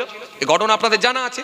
সেই সময় ইবলিসের আচরণ, এই ইবলিসের আচরণ, ইবলিসের কথাবার্তা, ইবলিসের ইবাদত ফেরেশতাদেরকে ভালো লেগে গিয়েছিল। ভালো লেগে গিয়ে বলে, আল্লাহ আপনি যদি হুকুম দেন, জেনেদের বাচ্চাদের মধ্যে একটা বাচ্চা পেয়েছি, খুব ভালো আল্লাহ, এর আমলও ভালোই আছে, খুব নম্র, খুব ভদ্র, কথাবার্তাও ভালো, যদি আপনি হুকুম দেন তাহলে একে আসমানে নিয়ে যাব। আল্লাহ বলেন, তোমাদের যখন পছন্দ নিয়ে এসো, নিয়ে এসো। ইবলিস শয়তানকে উপরে নিয়ে চলে যাওয়া হলো প্রথম আসমান। প্রথম আসমানে গিয়ে এমন ইবাদত করা শুরু করে দিল, এমন জিকির করা শুরু করলো, এমন আল্লাহকে ডাকা শুরু করলো, তার প্রমোশন হলো। আল্লাহকে বলছে আল্লাহ, ফেরেশতারা বলছে আল্লাহ দ্বিতীয় আসমানে নিয়ে যাব, নিয়ে যাও। দ্বিতীয় আসমানে চলে গেল। দ্বিতীয় আসমানে গিয়ে আবার এমন সে ইবাদত করলো, এমন জিকির আজকার করলো, তার ইবাদত আল্লাহকে ভালো লেগে গেল, ফেরেশতাদেরকেও ভালো লেগে গেল। লেগে আল্লাহ তৃতীয় আসমানে নিয়ে যাব, বলে তৃতীয় আসমানে যাও। তৃতীয় আসমানে গেল। এই আস্তে আস্তে আস্তে আস্তে তার প্রমোশন হতে লাগলো। কোটি কোটি বছরের ইবাদতকে আল্লাহ নষ্ট করলেন কেন? একটা কথা বলার বিনিময়ে। আল্লাহ বলেছিলেন আদমকে সিজদা করো, এটা আপনাদের জানা আছে। আদম আসলামকে আল্লাহ বললেন সিজদা করো। ফেরেশতা বলেছিল আল্লাহ, ইবলিস শয়তান বলেছিল আল্লাহ, আদম হলো মাটির তৈরি আর আমি হলাম আগুনের তৈরি, সুতরাং এই উপরতলার মানুষ, এই উপরতলার কি বলে ইবলিস, উপরতলার জিন নিচের কি বলে নিচের তলার মানুষকে কখনো সিজদা করতে পারে না। আগুনের ধর্ম হলো উপর দিকে উঠা আর মাটির ধর্ম হলো নিচের দিকে নামা। সুতরাং আমি কখনো আদমকে সিজদা করতে পারবো না, আমি আপনাকে সিজদা করতে পারবো, কারণ তার ভেতরে একটা হিংসা ছিল আর একটা অহমিকা ছিল। আর আমার আল্লাহ জানেন তার কোটি কোটি বছরের ইবাদতকে নষ্ট করে দেবো ওই একটা কথা বলার বিনিময়ে, ওই একটা কাজকে সে ইনকার করার কারণে। জি, তার মধ্যে একটা কি ছিল? হিংসা ছিল, হিংসা। এজন্য কোরআন স্পষ্ট ঘোষণা দিচ্ছে ওয়ামিন শাররি হাসিদিন ইযা হাসাদ। আল্লাহ স্পষ্ট ঘোষণা দিচ্ছেন ওয়াদ্দা কাসীরুম মিন আহলিল কিতাব লাউ ইয়ারুদ্দুনাকুম মিন বাদি ঈমানিকুম কুফার হাসাদাম মিন ইনদি আনফুসিহিম মিন বাদি মা তাবাyyana লাহুমুল হক ফাআফু ওয়াসফাহু হাত্তা ইয়াতিল্লাহু বিআমরিহি ইন্নাল্লাহা আলা কুল্লি শাইইন কাদির। জানা আছে আপনাদের? তো আমি যেটা বোঝাতে চাইছিলাম, তার কোটি কোটি বছরের ইবাদতকে আল্লাহ নষ্ট করে দিলেন একটা কথা বলার বিনিময়ে। সিজদাটা দিয়েছিল না। আল্লাহ বললেন আমাকে সিজদা দিবে, কিন্তু আদমকে দিচ্ছ না কেন? আল্লাহ আদমকে মানবো না, আপনাকে মানবো। আল্লাহ বলে আমার হুকুম, আদমকে মানা মানে আমার হুকুমকে মেনে নেওয়া, আর আদমকে না মানা মানে আমার হুকুমকে তোমার অস্বীকার করা। সুতরাং বেরিয়ে যাও, ফাখরুজ বেরিয়ে যাও, দূর হয়ে যাও। বের করে দেওয়া হলো, বেরিয়ে যেতে সে রাজি হলো, কিন্তু আদমকে সিজদা দিতে রাজি হলো না। তার ভেতরে একটা অহংকার ফুটছিল মনের ভেতরে। তাহলে আপনি যদি নামাজি হন, দাড়িওয়ালা হন, টুপিওয়ালা হন, হাজি সাহেব হন, আপনার ভেতরে যদি অহমিকা ঢুকে থাকে, অহংকার, এই অহংকার ঢুকে থাকলে আপনার সমস্ত আমল ধ্বংস হয়ে যেতে পারে। আপনার ভেতরে যদি হিংসা পরিপূর্ণ ঢুকে থাকে, সমস্ত আমল ধ্বংস হয়ে যেতে পারে। আপনি 10 বছর নামাজ পড়ছেন জামাতের সঙ্গে, আলহামদুলিল্লাহ, ওয়ারকাউ মা'আর রাকিইন, কোরআন বলেছে রুকুকারীদের সঙ্গে রুকু করো, সিজদাকারীদের সঙ্গে সিজদা করো, জামাতের সঙ্গে নামাজ পড়ো। আপনি জামাতের সঙ্গে নামাজ পড়ছেন, কোনো ত্রুটি নাই, কোনো ডিস্টার্ব নাই, কিন্তু নামাজ পড়েছেন, নামাজ পড়ে ফজরের নামাজ পড়ে যখন একটু চায়ের দোকানে গিয়ে চা খেতে বসেছেন, আর হঠাৎ করে দেখা যাচ্ছে আপনার এই কি বলে জলসেরিয়া, তাই তো গ্রামটার নাম জলসেরিয়া, এই জলসেরিয়া গ্রামের দিকে এক স্টনচিপ একটা ট্রাক্টর এসে ঢুকছে। তখন আপনি করিম ভাইকে বলছেন, করিম ভাই এটা কার স্টনচিপের ট্রাক্টর ঢুকলো গো? বলে সত্তার ভাইয়ের ছেলের। বলে সত্তারের ছেলের স্টনচিপের গাড়ি ঢুকে গেল? বলে হ্যাঁ। বলে বাড়ি করবে মনে হয়? বলে হ্যাঁ, দেখলাম তো 3-4 দিন আগে আমি নিয়ে এসে মাপ হচ্ছিল। বলে বলো কি, সত্তারের ছেলে তো একটা কদিন আগে বাইক কিনলো, 4 চাকা কি বলে একটা 2 চাকা মোটরসাইকেল কিনলো। বলে হ্যাঁ তাও কিনেছে। বলে আবার বাড়ি? বাবা কত টাকা কামিয়েছে গো, হ্যাঁ কত টাকা ইনকাম করেছে গো। আমার তো 3টে ছেলে কিছুই করতে পারলো নি, আর এই মাত্র 2 বছর হায়দ্রাবাদে কাজ করতে গিয়ে বাড়ি করে ফেলছে, গাড়ি কিনে ফেলছে। বলো কি, ও কত টাকা কামায়, মাসে ইনকাম কত করি? এই যে সব কটা খুঁটিয়ে খুঁটিয়ে বের করছেন। আপনি নামাজি তো, ওর কথা খুঁটিয়ে খুঁটিয়ে কেন বের করবেন? কি প্রয়োজন আছে আপনার? কি প্রয়োজন আছে? কেন বের করবেন? ওর একটা ট্রাক্টর স্টনচিপ ঢুকেছে, সহ্য করতে পারছেন না, তাহলে এখনো বালির ট্রাক্টর ঢুকবে, এখনো আপনার ইটের ট্রাক্টর ঢুকবে, এখনো আপনার কি বলে রডের ট্রাক্টর ঢুকবে, এখনো আপনার কি বলে সিমেন্টের ট্রাক্টর ঢুকবে। তো সহ্য করবেন কি করে চাচা? সহ্য করতে পারবেন? পারবেন না। যখন আপনি সহ্য করতে পারছেন না, তখন আপনাকে বুঝতে হবে যে আপনার ভেতরে তার মানে হিংসা, পরিপূর্ণ হিংসা ঢুকে আছে। আর পরিপূর্ণ হিংসা যদি ঢুকে থাকে, জানবেন আপনার আমল সব বরবাদ হতে পারে। ইয়াকুবুল হাসাদা ফা ইন্নাল হাসাদা ইয়াকুলুল হাসানা কামা তাকুলুন নারুল হাতা। আল্লাহ নবী বললেন, হিংসা থেকে তোমরা পরহেজ করো, বেঁচে থাকো। আগুন যেমন কাঠকে খেয়ে নেয়, আর হিংসা তেমন আমলকে খেয়ে নেয়। হিংসা তেমন আমলকে খেয়ে নেয়। তো 70 ভাইয়ের ছেলে যদি বাড়ি করে, আপনার হিংসা করার দরকার নাই, বরং আপনি বলুন, আলহামদুলিল্লাহ আমারই তো একটা ভাইয়ের ছেলে বাড়ি করছে, আলহামদুলিল্লাহ আমারই তো একটা ভাই বাড়ি করছে, তো অসুবিধা কি আছে? আল্লাহ ওকে দিক, উন্নয়ন করছে, উন্নতি করছে, করুক, আল্লাহ আমাকেও দেবে, আমিও করবো ইনশাআল্লাহ। তো করছে তো কি হবে, আমারই তো একটা ভাই। কিন্তু তা না করে আপনি নামাজি হয়ে ওর লুঙ্গি ধরে টানছেন, ওর পায়জামার নিচে ধরে টানছেন, জামার নিচে খুঁট ধরে টানছেন, যে কোনো ভাই ওকে যেন গাড্ডায় ফেলে দেওয়া যায়। অথচ জোহরের নামাজ পড়ছেন, কোনো ডিস্টার্ব নাই, অথচ আসরের নামাজ পড়ছেন, কোনো ডিস্টার্ব নাই, কিন্তু আমল সাদা হয়ে যাচ্ছে, এটাও কিন্তু ডিস্টার্ব নাই। আসুন, ভুল বুঝবেন না, রাগ করবেন না। ওয়াজ মানে যে লম্বা কাহিনী দিয়ে ওয়াজ করতে হবে এমনটা না, ছোট ছোট করে কিছু নসিহত করা, কথা ঠিক কিনা, কিছু কোরআন হাদিসের কথা ছোট ছোট করে কিছু সংস্কারমূলক আলোচনা করা, ব্যাস এটুকুই, বেশি না। আমার দিনদার ইমানদার নেক আল্লাহ ভাইরা, ভুল বুঝবেন না, রাগ করবেন না। এই জন্য বাবাজি আমার ভাইরা, হিংসা থেকে বেঁচে থাকার চেষ্টা করুন, অহমিকা থেকে বেঁচে থাকার চেষ্টা করুন, গীবত থেকে বেঁচে থাকার চেষ্টা করুন, রিয়া ফাকার থেকে বেঁচে থাকার চেষ্টা করুন, মিথ্যা থেকে বেঁচে থাকার চেষ্টা করুন, বন্ধন থেকে বেঁচে থাকার চেষ্টা করুন, সুদ থেকে বেঁচে থাকার চেষ্টা করুন। ঘরে ঘরে সুদ ঢুকে গেছে এখন, এই সুদ থেকে বেঁচে থাকার চেষ্টা করুন, নাহলে আল্লাহর দরবারে আপনাকে জবাব দিতেই হবে। কোরআন স্পষ্ট ঘোষণা দিয়েছে, ওয়াহাল্লাল্লাহুল বাইয়া ওয়া হাররামা রিবা, ক্রয় বিক্রয় তোমাদের জন্য বৈধ করা হয়েছে, সুদ তোমাদের জন্য হারাম করে দেওয়া হয়েছে। আর আপনার বিবি মহিলা সমিতির হেড করে দিয়েছেন, আপনার বৌমাকে এখন সুদের খাতায় নাম তুলে দিয়েছেন, সে এখন বন্ধন করছে, অথচ আপনি নামাজ পড়ছেন। আমি একটা কথা আজকে বুঝাতে চেয়েছিলাম যে কোন আমল আল্লাহ পছন্দ করবে সেটা আল্লাহই ভালো জানেন, আর কোনটাকে আমার আল্লাহ, কোন কাজটাকে আমার আল্লাহ খারাপ ভাবে নিয়ে নেবেন, আমার আল্লাহর কাছে ভালো লাগবে না, সেটা আল্লাহই ভালো জানেন। একটা কাজকে খারাপ লেগে গেলেও জাহান্নাম হয়ে যেতে পারে, সেটা আল্লাহর ইচ্ছা, আর একটা কাজকে ভালো লেগেও জান্নাত দিয়ে দিতে পারে, সেটা আমার আল্লাহর ইচ্ছা। আজ আসুন, জেনে বুঝে কোনো অন্যায় কাজ করবেন না, যতটুকু পারেন অন্তত ভালো কাজগুলো গুড়িয়ে নেবার চেষ্টা করুন, করুন, এইটুকু করুন, ইনশাল্লাহ কাজ হবে, কাজ হবে ইনশাল্লাহ। ঘরেতে থাকলে কিছু ছোট ছোট ঘরোয়া কাজগুলো করবেন, করবেন, এগুলো করবেন ইনশাল্লাহ।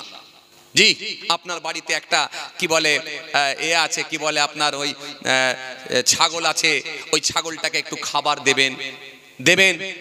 আপনার বাড়িতে একটা ছাগল আছে, ছাগলটাকে সন্ধ্যার সময় কি বিকেল বেলায় দুপুর বেলায় দেখছেন, একটু পানি দিবেন, চচ করে পানিটা খেয়ে নিল, ভালো কাজ, ছাড়বেন কেন, ছাড়বেন কেন? আর বাড়িতে নিয়ে এসে যদি কোনো প্রাণীকে কষ্ট দেওয়া হয়, এটা কাবিরা গুনাহ হতে পারে, কাবিরা গুনাহ হয়ে যেতে পারে, আপনি বুঝতেই পারবেন না। জি, হযরত সুলাইমান নবী জীবনী পড়ে দেখছিলাম, সুলাইমান নবী নাম শুনেছেন আপনারা, শুনেছেন না? কথা বলে না, শুনেছেন না? মস্ত বড় একজন টপ র্যাঙ্কের নবী ছিলেন হযরত সুলাইমান আলাইহিস সালাম। জি, তেনার আব্বাজান ছিলেন হযরত দাউদ আলাইহিস সালাম, যিনাকে আল্লাহ রাব্বুল আলামিন নবী করেছিলেন এবং রাসূল করেছিলেন। নবী আর রাসূলের মধ্যে তফাৎ আছে। যিনার উপর আল্লাহ কিতাব নাজিল করেছেন, আসমানি কিতাব দিয়েছেন, তিনি হলেন রাসূল। যিনি রাসূল তিনি অবশ্যই নবী, কিন্তু যিনি নবী তিনি রাসূল নাও হতে পারেন। কথা বুঝে গেল? যেমন মুসা কালিমুল্লাহকে আল্লাহ রাব্বুল আলামিন নবী এবং রাসূল করেছিলেন, তিনার উপর একটা কিতাব আল্লাহ দিয়েছিলেন। কোন কিতাব? তাওরাত কিতাব, আপনাদের জানা আছে। কিন্তু একই সময় আমার আল্লাহ রাব্বুল আলামিন মুসা আসলামকে হেল্প করার জন্য বনি ইসরাইল গোত্রে আরো 70টা নবীকে পাঠালেন। 70টা নবী, এই 70টা নবী এলো। 70টা নবী কিন্তু এমনকি তিনার ভাই হযরত হারুন আলাইহিস সালামকেও আল্লাহ নবী করে পাঠিয়েছিলেন, কিন্তু রাসূল করেননি। কিন্তু মুসা সালামকে আল্লাহ নবী এবং রাসূল করেছিলেন, কারণ তিনার উপর একটা কিতাব আল্লাহ নাজিল করেছিলেন। জি, এই তরুণিয়া নওজওয়ান যুবকেরা, ইয়া মাই মুরব্বিয়ানেরা, শুনে রেখে দে বাবা, হযরত সুলাইমান নবীকে আমার আল্লাহ বিরাট পাওয়ার দিয়েছিলেন, তিনাকে আমার আল্লাহ নবী করেছিলেন। কোরআনের তাফসীর যদি আপনি পড়ে দেখেন অবাক হয়ে যাবেন। হযরত সুলাইমান নবী পৃথিবীর সর্বপ্রথম যিনি তক্তার উপরে চেপে হাওয়াতে উড়ে উড়ে যেতেন, একটা দুটো তিনটে নয়, 1200 মানুষকে নিয়ে উড়ে উড়ে গেছেন। এই সুলাইমান নবীকে আমার আল্লাহ একদিন বলেছিলেন, সুলাইমান, হে নবী সুলাইমান, তুমি কি নেবে বলো? বিদ্যা নেবে, ইলম নেবে, না রাজ্য নেবে? সুলাইমান নবী চিন্তা করে দেখলেন, যদি আমি রাজ্য নিই, এলাকার মানুষ সবাই আমাকে রাজা মশাই করবে, কিন্তু আমার মধ্যে যদি ইলমে দ্বীন না থাকে, আমার মধ্যে যদি ইলম না থাকে, আমি আমার আল্লাহকে চিনতে পারবো না। সুলাইমান নবী সেই সময় বললেন, রব্বুল আলামিন আল্লাহ, আমার রাজ্য দরকার নাই, ইলমের দরকার, কিন্তু এমন ইলম দেন যাতে করে আপনাকে আমি চিনতে পারি। আমার আল্লাহ খুশি হয়ে গেলেন। খুশি হয়ে গিয়ে বলে, সুলাইমান, তোমার ওপর আমি আল্লাহ খুশি হয়ে গিয়েছি, তোমাকে আমি আল্লাহ পরীক্ষায় উত্তীর্ণ করে দিলাম। পরীক্ষায় তুমি উত্তীর্ণ হলে, পাস করে গেলে সুলাইমান, তোমাকে আমি আল্লাহ দুটোই দিলাম, ইলমও দিলাম, রাজ্যও দিলাম, তোমাকে সবই দিলাম, কিন্তু ইলম এমন ইলম দিলাম পৃথিবীর সমস্ত প্রাণীর ভাষা পর্যন্ত তুমি বুঝতে পারবে। সুলাইমান নবী পৃথিবীর সমস্ত প্রাণীর ভাষা বুঝতে পারতেন। গরু ব্যা ব্যা করে কি বলে সেটাও সুলাইমান নবী জানতে পারতেন। ছাগল ম্যা ম্যা করে কি বলে সেটাও সুলাইমান নবী জানতে পারতেন। এমনকি একটা পিপিলিকা কি বলে সেটাও সুলাইমান নবী তারও ভাষা বুঝতে পারতেন। এই সুলাইমান নবী একদিন তক্তার ওপরে চেপে 1200 মানুষ নিয়ে উড়ে উড়ে যাচ্ছে। কোরআনের তাফসীরের মধ্যে এসেছে সুলাইমান নবী তক্তার ওপরে চেপে উড়ে উড়ে যাচ্ছেন, আর পিপিলিকার সর্দার তার দলের পিপিলিকাদের বলে, ও আমার দলের পিপিলিকারা গর্তের মধ্যে প্রবেশ করো, না জানি সুলাইমান নবী যদি এখানে অবস্থান করেন, এখানে যদি নেমে পড়েন, তোমরা সকলে পদপিষ্ট হয়ে মারা যাবে। ও আমার সাথীরা, ও আমার সঙ্গী পিপিলিকারা, গর্তের মধ্যে ঢুকে পড়ো। এই পিপিলিকার দলের সর্দার পিপিলিকাদের কি বলে, সুলাইমান নবী সেটা নিজে কানে শুনতেও পাচ্ছেন, বুঝতেও পারছি। আল্লাহু আকবার! আল্লাহ কি জ্ঞান দিয়েছিলেন! সেই সুলাইমান নবী আপনাদের জানা আছে, তিনি একটা মসজিদ তৈরি করেছিলেন, যে মসজিদটাকে নিয়ে দ্বন্দ্ব চলে, যেটা হলো মসজিদে আকসা।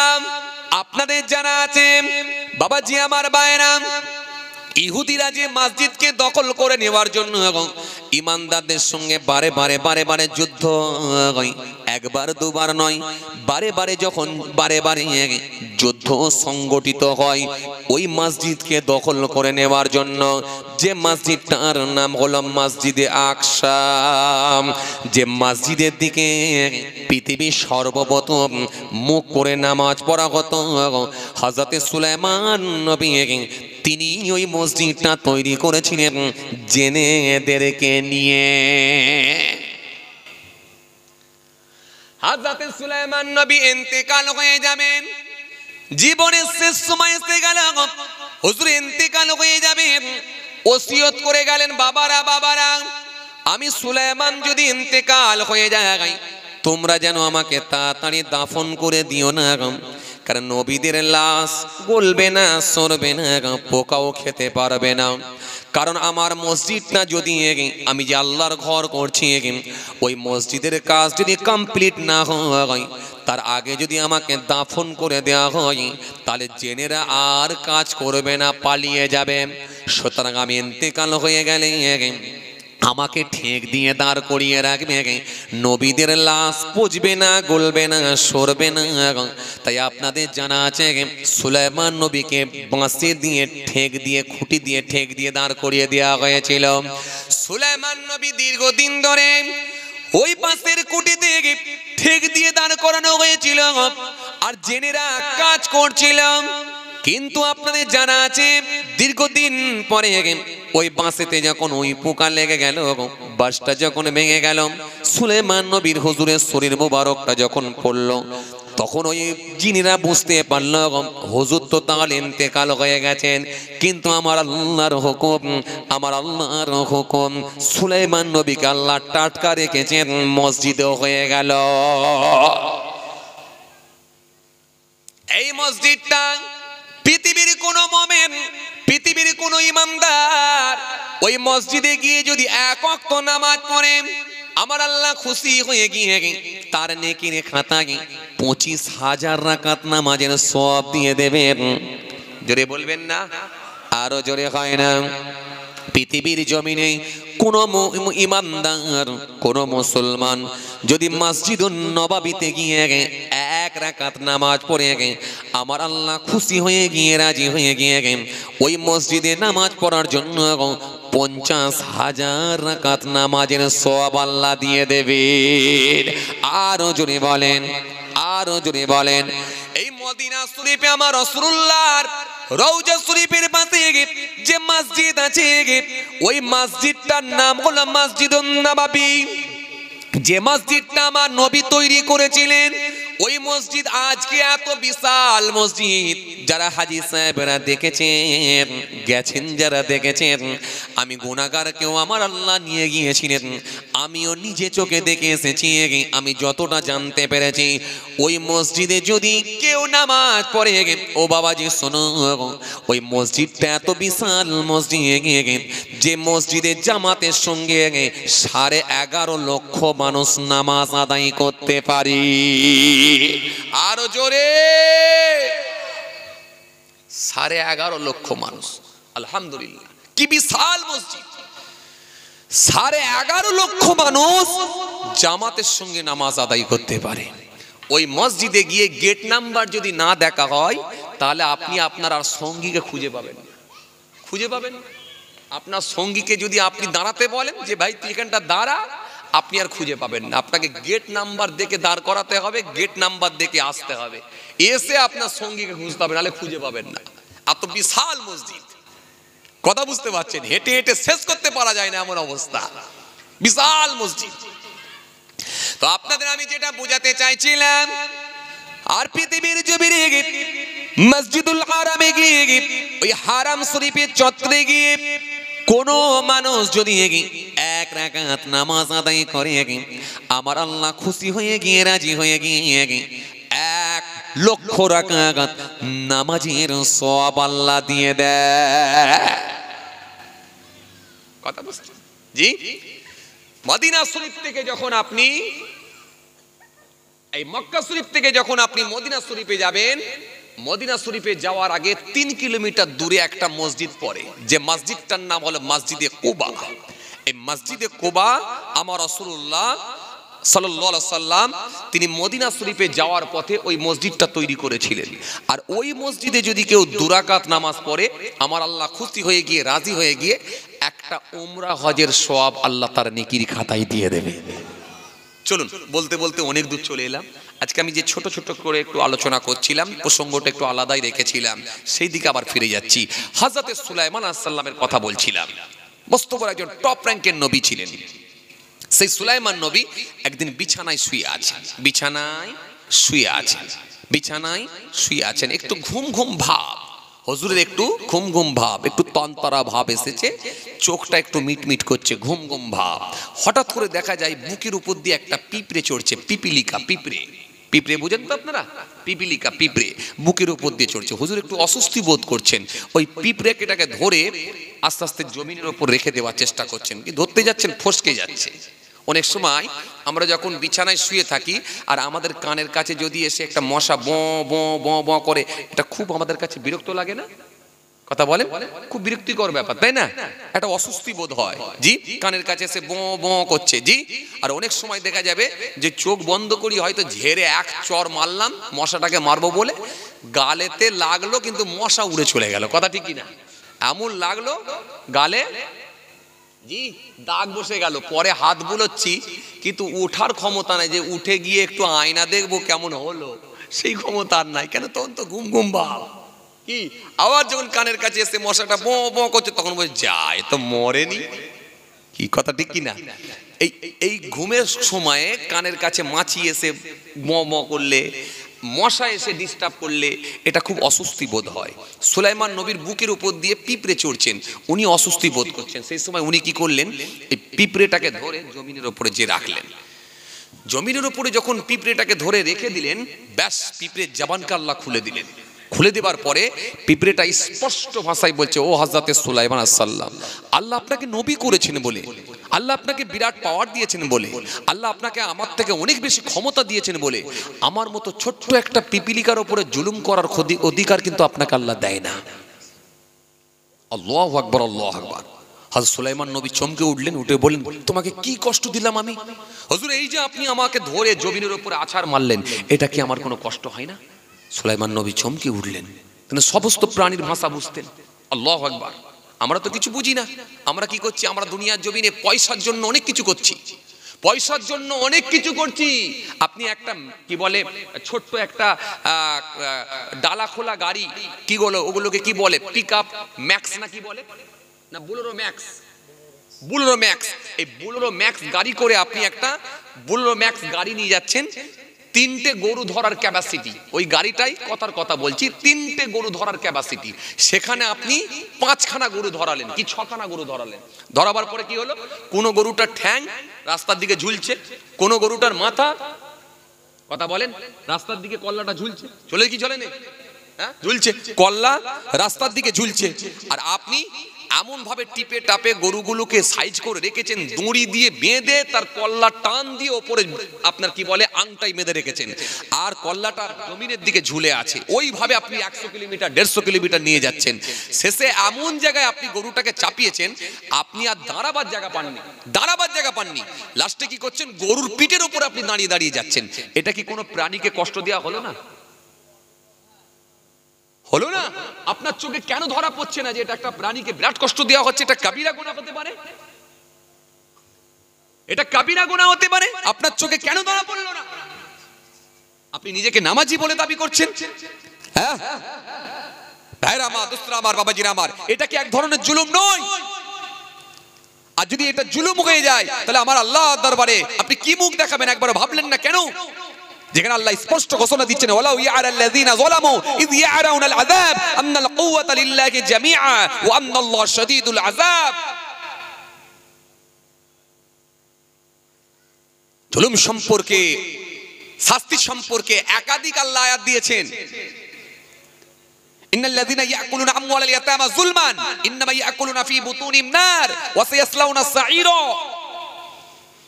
তো আপনার চোখে কেন ধরা পড়ছে না? প্রাণীকে কষ্ট দেবেন না। প্রাণীকে কষ্ট দিলে এটা মারাত্মক একটা কাবিরা গুনাহ হতে পারে। ছোট্ট একটা পিঁপড়ের জবানকে আল্লাহ খুলে দিলেন।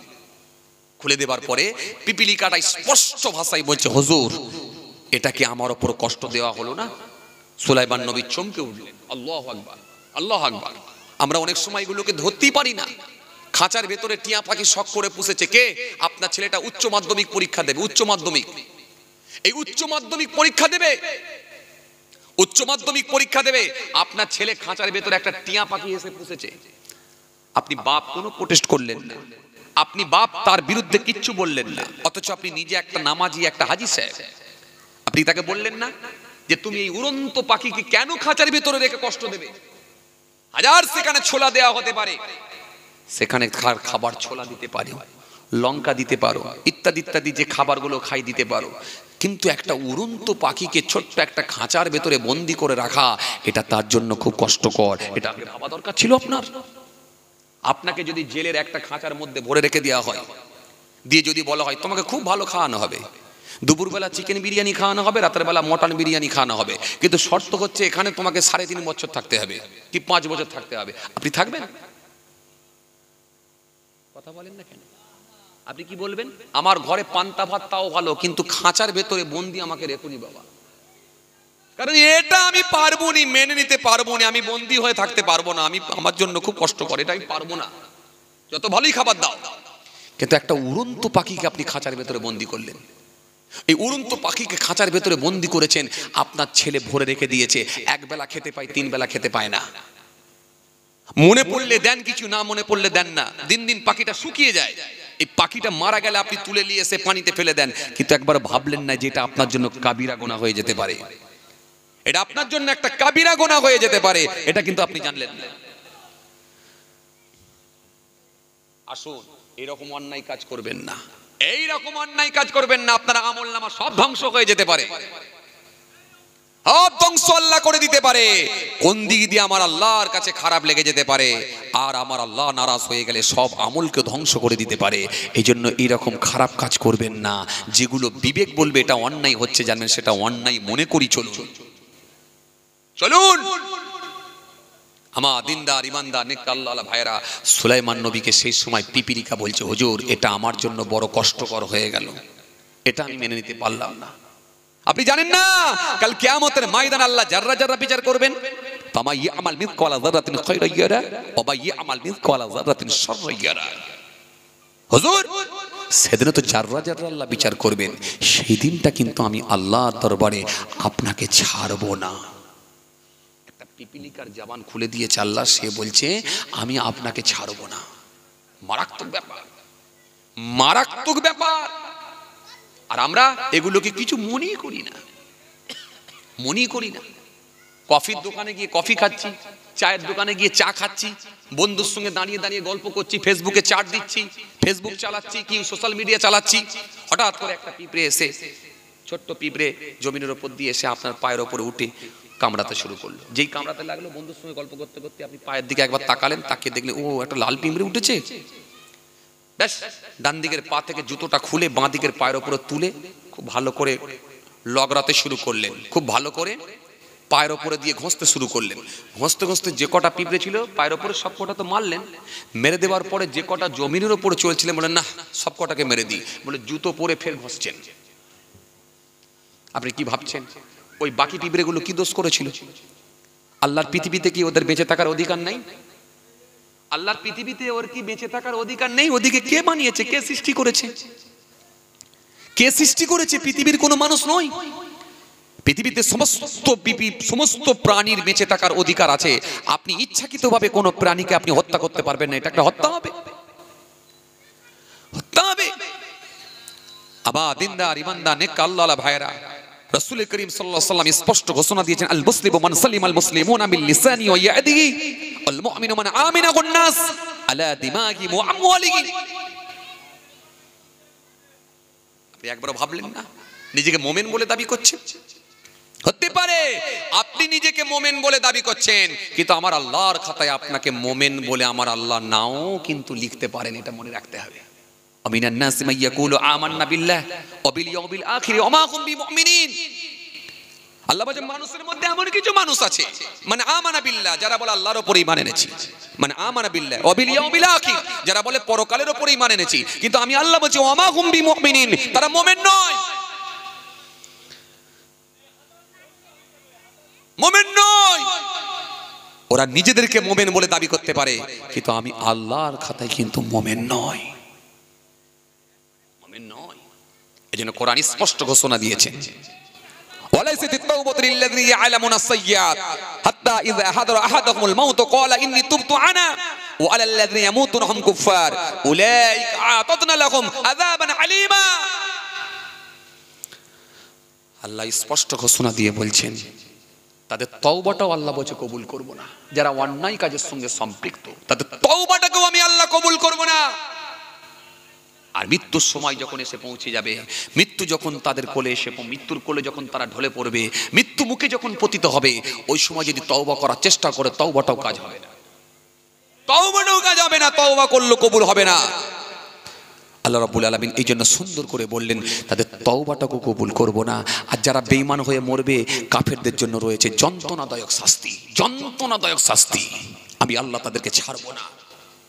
এই জন্য ভাইরা আমার, দোস্তরা আমার, বন্ধুরা আমার, সাথী মোহাব্বতের ভাইরা, খুব সাবধান, সাবধান হয়ে যান। হিসাব করে জীবনযাপন করুন। পৃথিবীর জমিনে হিসাব করে জীবনযাপন করতে হবে আপনাকে, হিসাব করে সিস্টেমের মধ্যে চলতে হবে। সিস্টেমের বাইরে যদি হয়ে যায় তাহলে আল্লাহর কাছে খারাপ হয়ে যেতে পারে। এটা আপনাকে খুঁজে বার করতে হবে।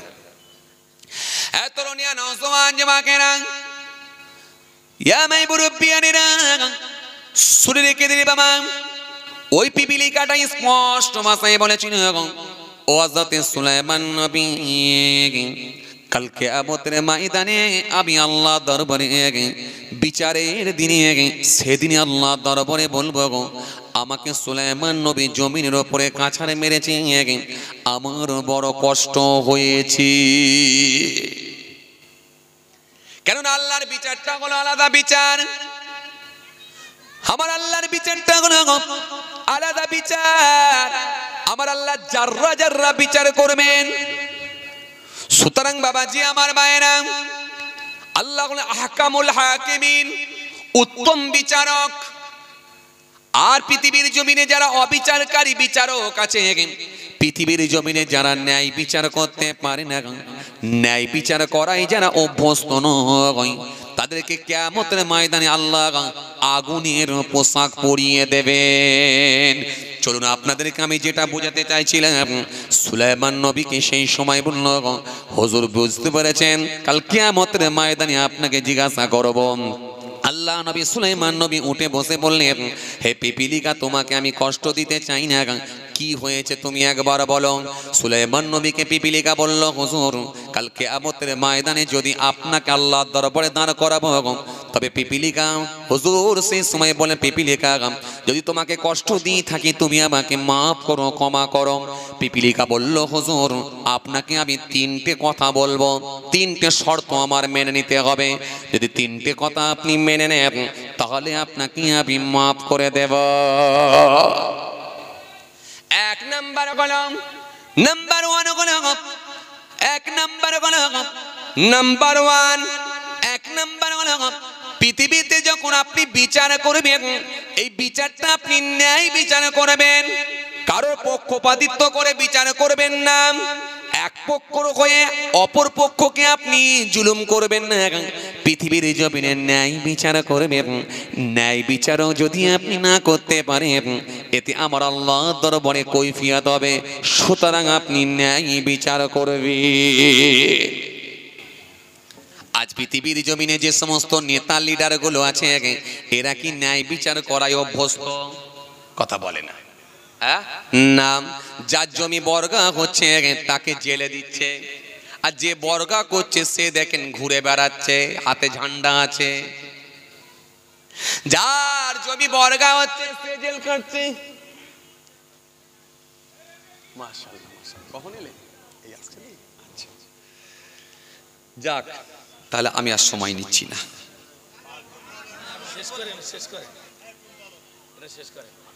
বসিয়ে রেখে বলতে নাই বাবা, প্রত্যেকটা হুজুরের, প্রত্যেকটা ভক্তর আল্লাহ সম্মান দিয়েছে, সম্মান দিয়েছে, ইজ্জত দিয়েছে। না, ওটা ঠিক না, এই জন্যই তো ভুল হয়। তাহলে কি শিখলেন? আমাদের মধ্যে যদি শিষ্টাচার না থাকে, আদব যদি না থাকে, তাহলে আমরা সমাজে কি শিখব?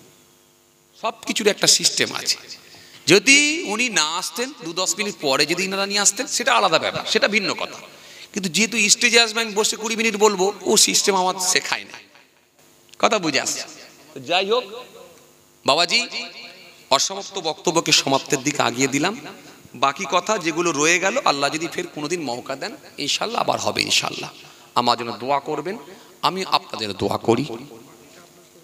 আচ্ছা আচ্ছা আচ্ছা, যাই হোক, জি জি জি জি জি এখন আপনাদের সামনে নসিহত করবেন জনাব হযরত আলহাজ মাওলানা